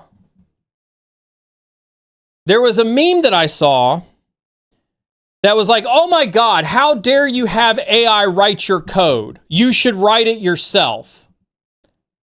And then they go to Substack to find examples of the code that they then end up sticking into their product.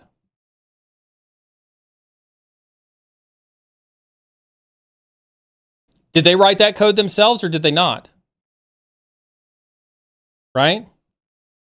If you just go to somebody else's GitHub repo and fork their repo to make your change, did you write that code yourself? I would argue, I'm going to make a really bold statement here. Without identifying a specific statistical number, I would argue that more than half, and probably more than 3/4 of any content that exists out there today is not organically generated. Even the books you read, even the books you pay for are not organic. Nobody sat down and said, I'm going to write a book with just the knowledge that's in my head. I'm going to write a product with just the knowledge in my head. I'm going to write a paper with just the knowledge in my head. You research, don't you? You research for your thesis.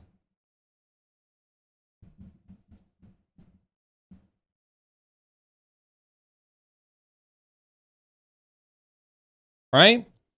I would argue, while I appreciate the sentiment of self-written content, I do not agree that using a robot to automate 75% of the content generation does not make it not self-written. Exactly, E-Curve. What I'm advocating for is that you get a robot to do 80% of your work for you. The hardest part of anything is getting started. The hardest part of anything is getting started.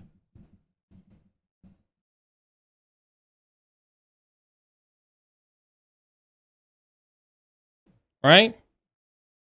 Use the robot to get you started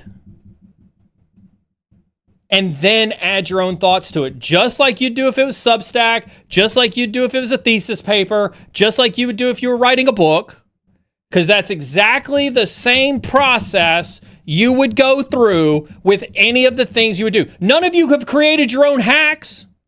None of you have written your own Metasploit. None of you have sat down and said, fuck Metasploit, I'm going to write my own framework.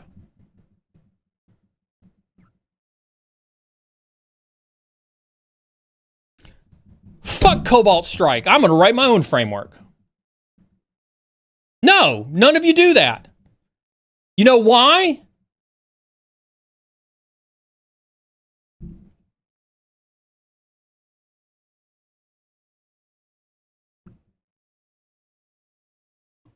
Because it's easier to use somebody else's.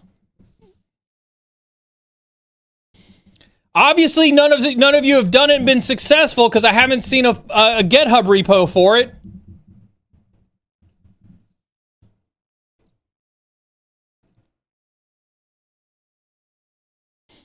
Right? Speaking of, did you try OffStack AI? Yes, part of what I'm building is centered around some offensive security work. That's why I want to be able to show it. I do have some offensive security work that I'm building around AI. Listen, here's what I'll tell you about it. I'm taking everything that I've learned over the years, everything that we did at the agency, everything we did in TAO, everything we did on the NSA Red Team, everything we did at the 92nd, and I'm taking that entire process and I'm basically building an AI version of that we did.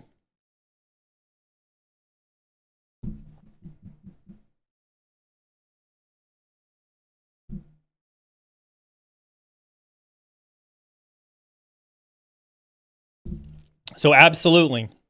I'm building OffSec AI. Thank you, Festivus. Good to see you for the donation to my Melanoma Research Foundation charity. We do have a charity going on for the Melanoma Research Foundation. Obviously, melanoma is very near and dear to my heart. Recovering cancer patient here. So I appreciate that. Thank you very, very much.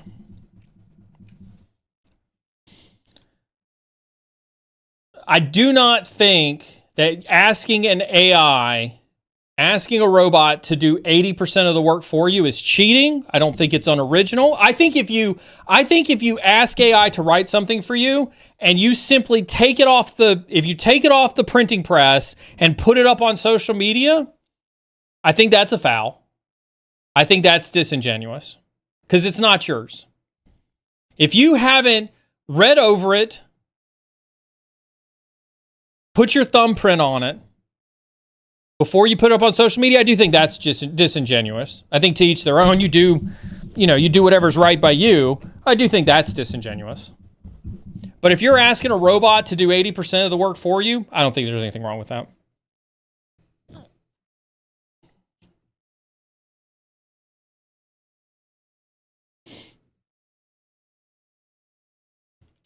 CyberSec Mom, with the rise of digital twinning, do you think GRC folks are going to get busy?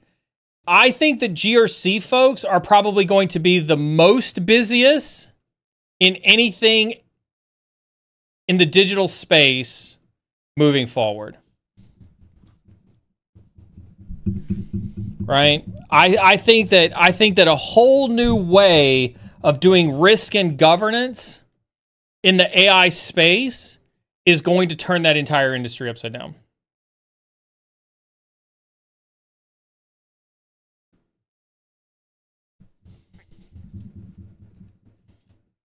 to this point right here, right? I think there's a large percentage of roles, right? There's a large percentage of roles that are going to have to elevate up. I do believe this. Like, at the end of the day, I think that AI raises the skill floor. I do not think it lowers it. Now, the reason that I say that it raises the skill floor is because entry level doesn't look like entry level anymore. Entry level doesn't look like picking up the phones. Entry level doesn't look like punching tickets. Entry level doesn't look like writing policy. AI means that stuff isn't entry level anymore. That means that entry level has to be a notch above that. I've seen some talk on LinkedIn about this concept of a GRC engineer. I don't know that I'm fully bought into that yet. Obviously, I'm watching it from a distance. But I do believe that GRC will have to transcend more technical prowess than they have in the past.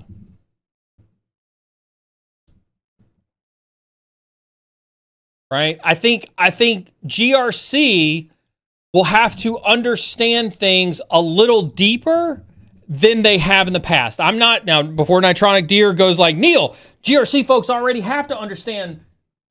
I ran over my cable. ADHD. Right? I'm not saying that hasn't already happened in the past. It has. I'm saying as a baseline fundamental metric, GRC as a career is going to have to get more, at least deeper in the technology. Deeper in the technology.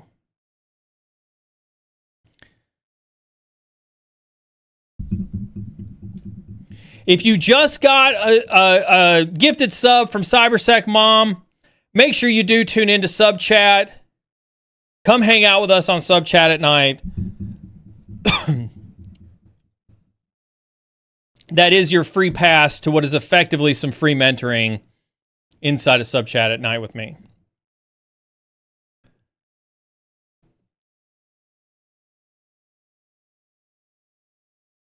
To that point, Fraser says, what's your take on how to get people in the pipeline if entry level is leveling up to the point where it's not entry level anymore? I don't agree with this line of thought. Right? I don't think that it's not entry level. I think the definition of entry level changes.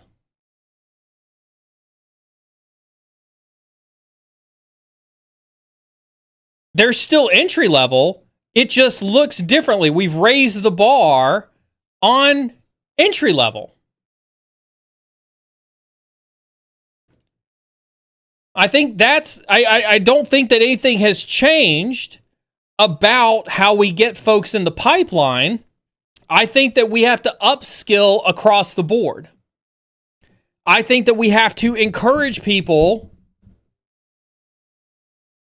right? We have to encourage people and give them the resources and the pathways so that their first role is about that higher skill level, right? Like, I think we're all a huge fan in here of rising tide raises all ships. Well, if entry level means that you have to be more adept in this new space, then the rising tide should affect everything.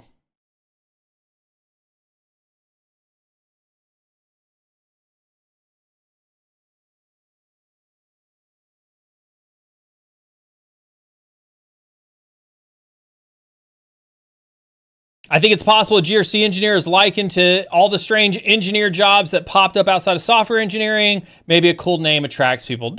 You're not wrong. You're not wrong. That's why I hate the word engineer. I fundamentally hate the word engineer. Engineering doesn't mean today what it used to mean. We have security engineers. We have security engineers who don't engineer shit. Do you know why? Some of you may not know this. Well, so you're only 50% right, Scooter. You're only 50% right.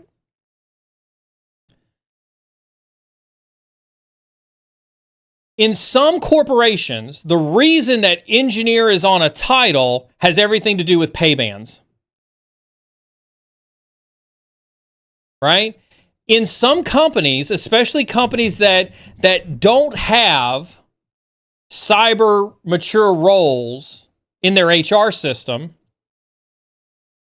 they have to go to IT roles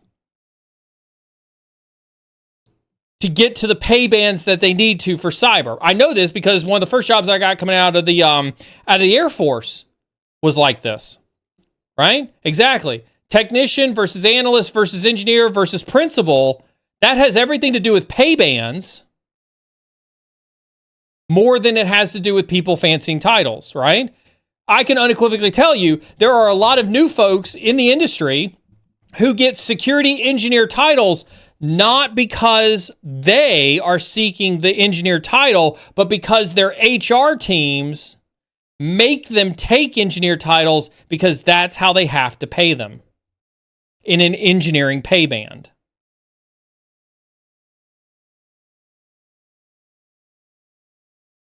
I'm not sure if you're aware of how that works. So sometimes, and this is why I struggle with the engineer stuff. Right? This is why I struggle with with GRC engineer or really just fundamentally any form of an engineer. Right? Because I think it's overplayed. I think it's highly overplayed.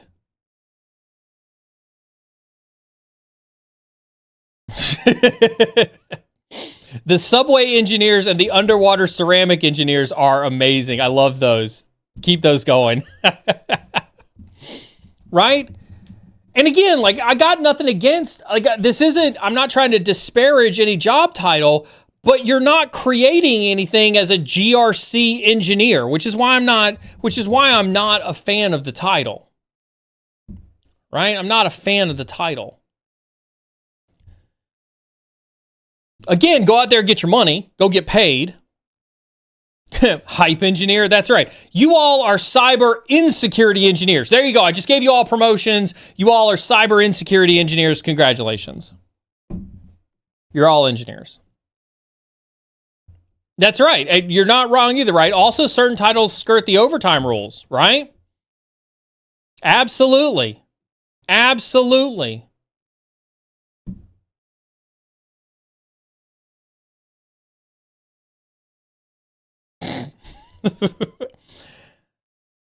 I saw eCurve post something I saw it scroll past my screen, right? Like in other countries, right? How you become an engineer varies. Right? How you become an engineer, and it's amazing. Like I think I saw Hyperworks say it, right? Where the US is one of the only places where you just get an engineer title. It doesn't actually mean shit. It doesn't mean that you're actually an engineer. Just like principal, anybody work at a bank? Anybody worked at a bank in the past? Have you ever noticed how almost everybody at a bank is a VP, is a vice president? You know why that is? Because it comes with certain pay bands. Comes with certain pay issues. Everybody in a bank's a VP. Right? I remember the first time I got my first bank offer letter, and it was VP of something. I forgot what it was. Right? I was like, VP? Like how is this a VP role? I was even like, how is this a VP role? And the hiring manager was like, oh, don't worry about it. Everybody in the bank's got VP. And I was like, really? They were like, yeah. See that person over there? VP. Right? Titles are meaningless in most cases. Right? Yeah, every sales guy you know is a VP of sales. You know why that is? So they can seem super important when they get on the phone. Hey, I'm the director of sales at whogivesafuck.com. I've got a great opportunity for you.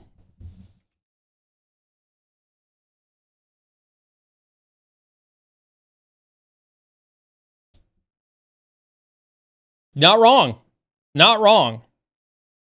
This is also why, like, I don't think it's lying. Put whatever title you want on your LinkedIn page.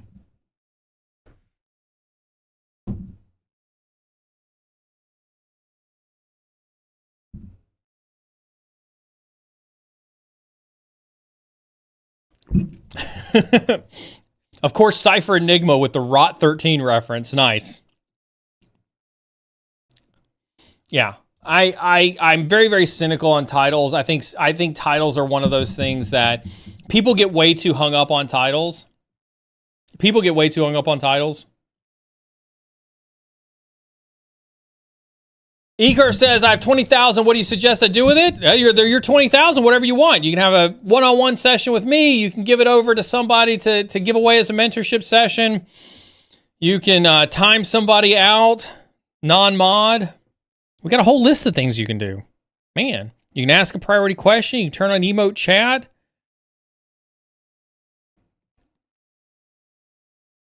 Oh, Maz finally redeemed his mentorship session.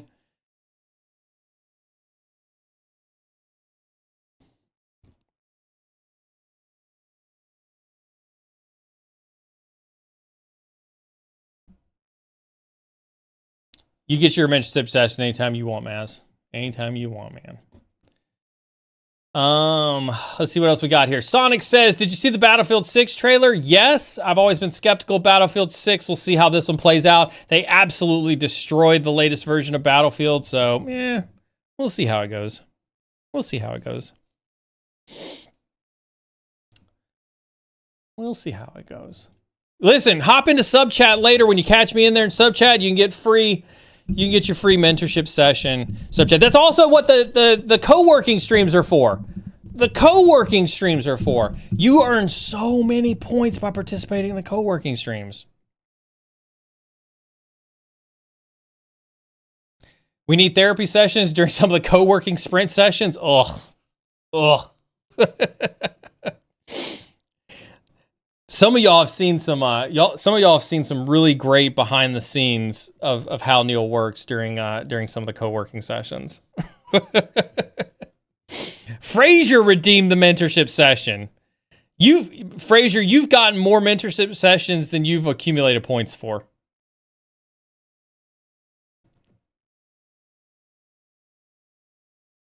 Get them all lined up. Yes, if you got your mentorship sessions,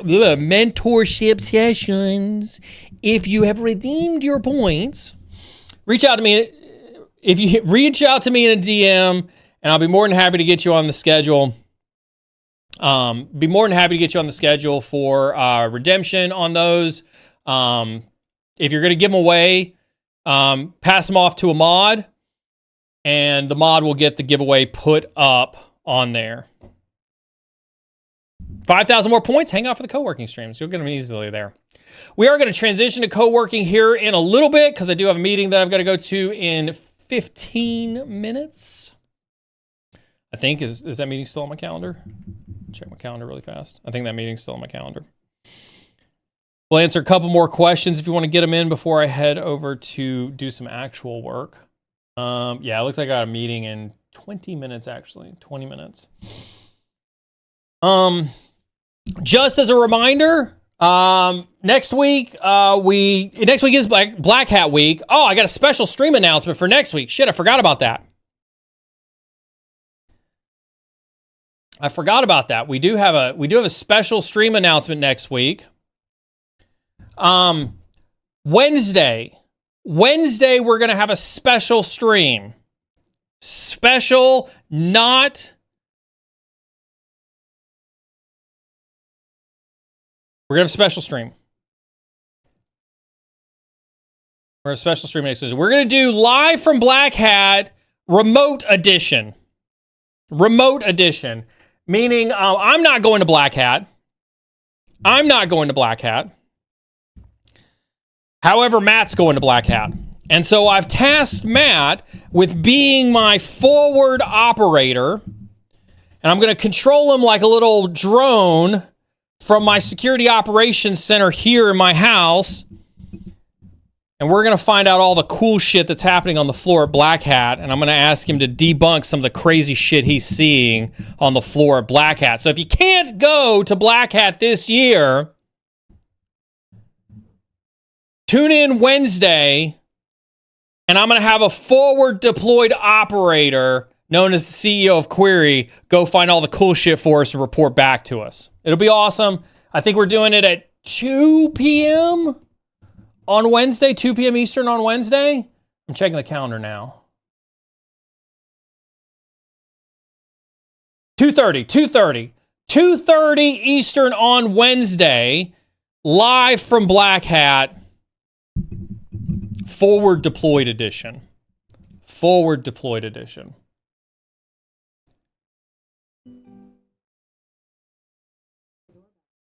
Thank you. I appreciate that. Somebody's at the front door doorbell. Wait, are you on the clock and streaming at the same time? Yes, I am. Yes, I am. It is referred to as a co-working stream.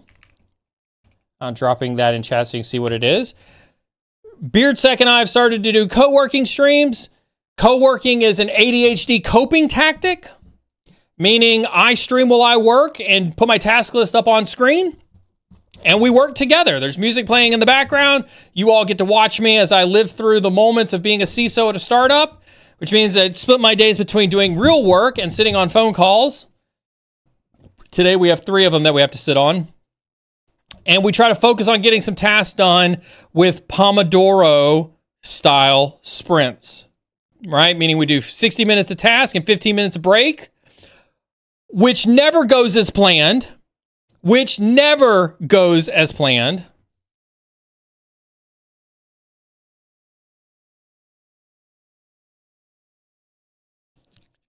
Yes, neurodivergent gang. Absolutely. I oftentimes either find myself in longer sprint sessions than I want or in longer break sessions than I want. But you should tune in. It's a great way to get things done. The task list is shared across the community, which means everybody in chat can use the task list that's live on screen to help them keep track of their chats. Fix It, I've got other plans for you. That's why I want to talk to you. I've got other plans for you, Fix It. You and I should chat. I've got other hints for you. What paid job was the most fun for you? Great question. Great question that I don't know. My definition of fun has changed a lot over my cyber career, right? I will admit, when I was building a pen testing practice for an MSP out of Ann Arbor, I had loads of fun doing that. I had so much fun doing that. It was crazy. And I had fun going to build the security operations function for Abbott Labs. Both of them were fun. I could argue that both of them were some of the most fun that I had at the time that I was doing them. Right? At the time that I was doing them. When I was doing the pen testing stuff, I had loads of fun. Like, I was doing all the things. Right? I was doing all the things. And yeah, it was loads of fun doing it. And then I grew out of that and went to go do defensive cyber and reporting directly to the CISO and building an entire global function from scratch. I've always enjoyed building. One of the things I always tell people is I love to build. I love to build functions and I love to build capabilities. One of the things Jason and I share in common, right? We love to build, right? Absolutely love to build. And so when I got the opportunity to build an entire security operations organization from scratch,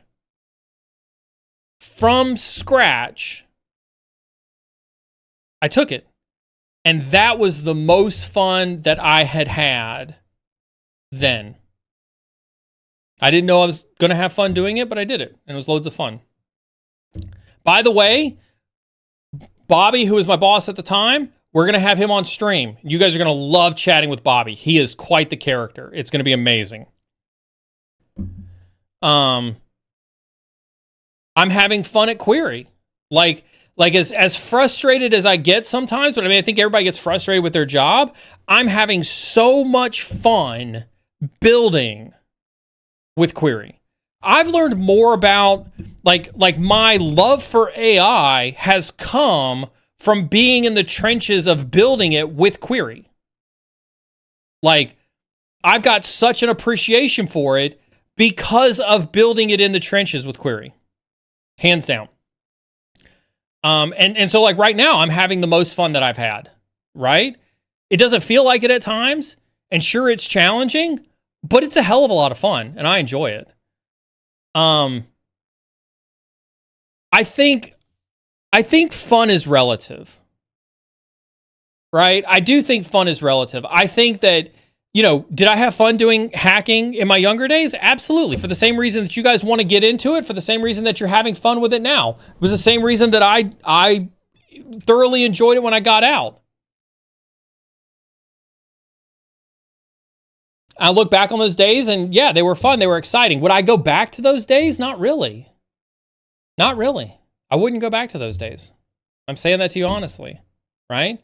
Would I go back to building the SOC for Abbott? No, because that was fun then. I don't know that it would be fun now, right? That's right. Dosco said it best, right? What we want to accomplish changes over time, right?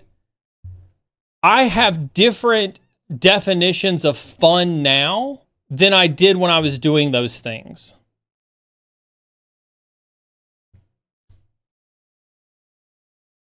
I love this line of questioning. What would you build now if you could make it happen with resources? If money and resources weren't a factor, right? If somebody landed, $1 billion on my desk and said, go build whatever it is you wanted to, what would I build?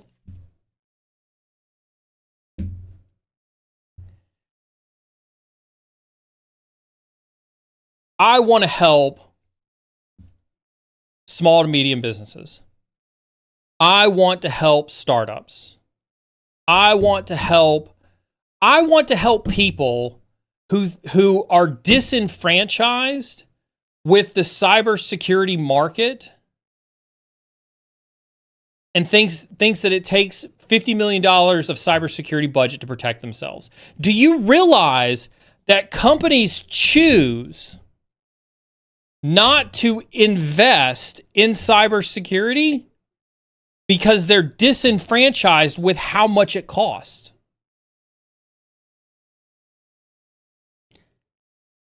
That's why attackers go after them. That's why insurance companies make so much money off of SMBs.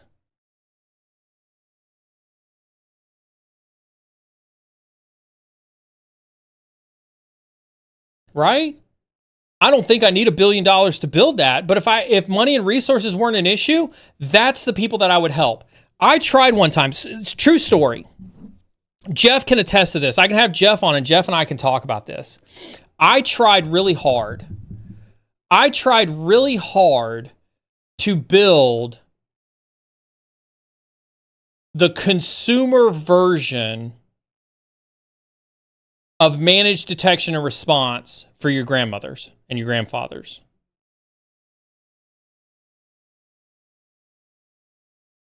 Right? Now, this was long before AI. This was 2015, 2016, before AI was super popular. Right? And the hardest part wasn't building the capability. It was the marketing required to usurp this belief that Norton antivirus was good enough, that LifeLock was good enough, right? That's what you have to overcome. It's not building the capability. It is ridiculously cheap to build what you need to build to be successful for the mom and pops out there. It was usurping this toxic, fucked up ass marketing. That's what it was.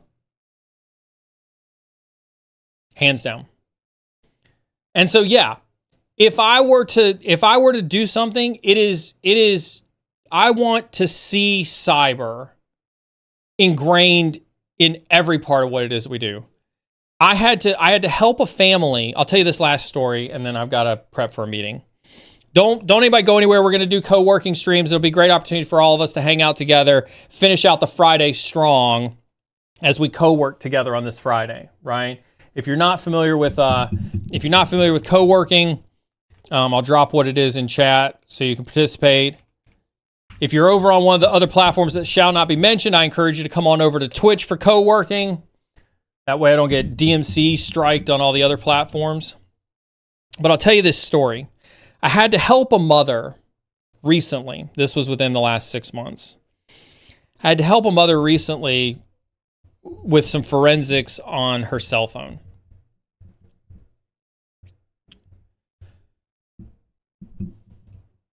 Her son had gotten himself into a pickle. Her son had gotten himself into a pickle. 14-year-old son. And when I did the forensics on the phone, I found out why he got himself into a pickle. He got himself into a pickle at the end of the day because he had no concept of cybersecurity. He was clicking on any and every link that was ever given to him because of this vice and thought everything was okay. At one point in time, I saw a message exchange where he was given a link, he clicked on the link, and he kept saying, I can't get to the pictures that you're trying to send me. And they kept sending her kid a link to click on something that was clearly a malicious link. We make people go through hell and back for a driver's license. And we give them a phone as soon as their fingers can move.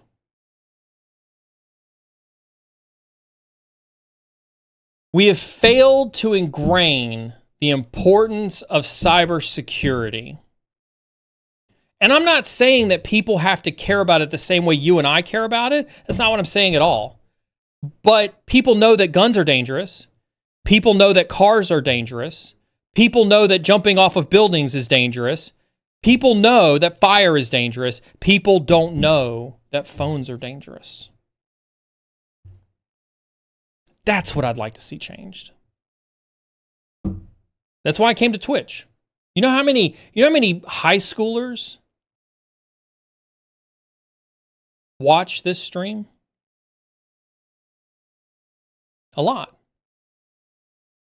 College folks, watch this. If anything, I want you to learn about cyber at a young age, so much so that we could stomp out scammers, that we could stomp out people trying to exploit the people who are not as tech savvy as you and I. If we could just teach them the basics of safety, just like we teach them the basics of safety around the house, just like we teach them the basics of safety around cars, that's what I'd like to see happen. So that's my little soapbox on that for today. It was very heartbreaking for me to have to deal with this mother and what she was going through. But I was grateful to do it. With that being said, we're going to transition on over to a co-working stream. For those of you who are on LinkedIn and YouTube, whoops, shit, I wasn't supposed to say that out loud. For those of you who are on the other two platforms that shall not be named, I didn't say it Twitch, don't ban me. Head on over to Twitch. Come hang out with us on Twitch. We're going to put the task list up. If you're going to, actually, we could probably, hold on. Where is it? That's right. We're going to do this. So if you're unfamiliar, this is what the co-working streams look like. I can see the camera right over there. I did move the camera a little bit. Ooh, blurry face. Look, I'm giving an NBC interview. When I was at the NSA. Did you guys know I was at the NSA for 7 years? Anyway, hang out with us on the co-working streams. I'm gonna put some music on in the background. You see the task list up here. Where's my hand? This hand. Yeah, here we go. This task list over here. Everybody can put in, if you do exclamation point task in chat with your task next to it, it will put your name in a task over here. Watch this. We're gonna do this. We're gonna go to a meeting here in 4 minutes. We're gonna do task stupid meeting. Right? That's gonna be the first thing we do. Cool. So now it's gonna keep track of that. Right? Everybody can do it. Everybody can participate. Everybody can get some stuff done for the day. We're gonna put some music on in the background. I'm gonna take 3 minutes and see if I can go refill some water. Let's put some music on. What do we want to listen to today? What do we want to listen to for our co-working stuff today? I did Aim to the Head yesterday. We'll do Aim to the Head again today. I think everybody genuinely enjoyed Aim to the Head yesterday, and I got 39 hours of that. So before I do that, we're going to say goodbye to our folks over on the platforms that shall not be named. Y'all take it easy on the platforms that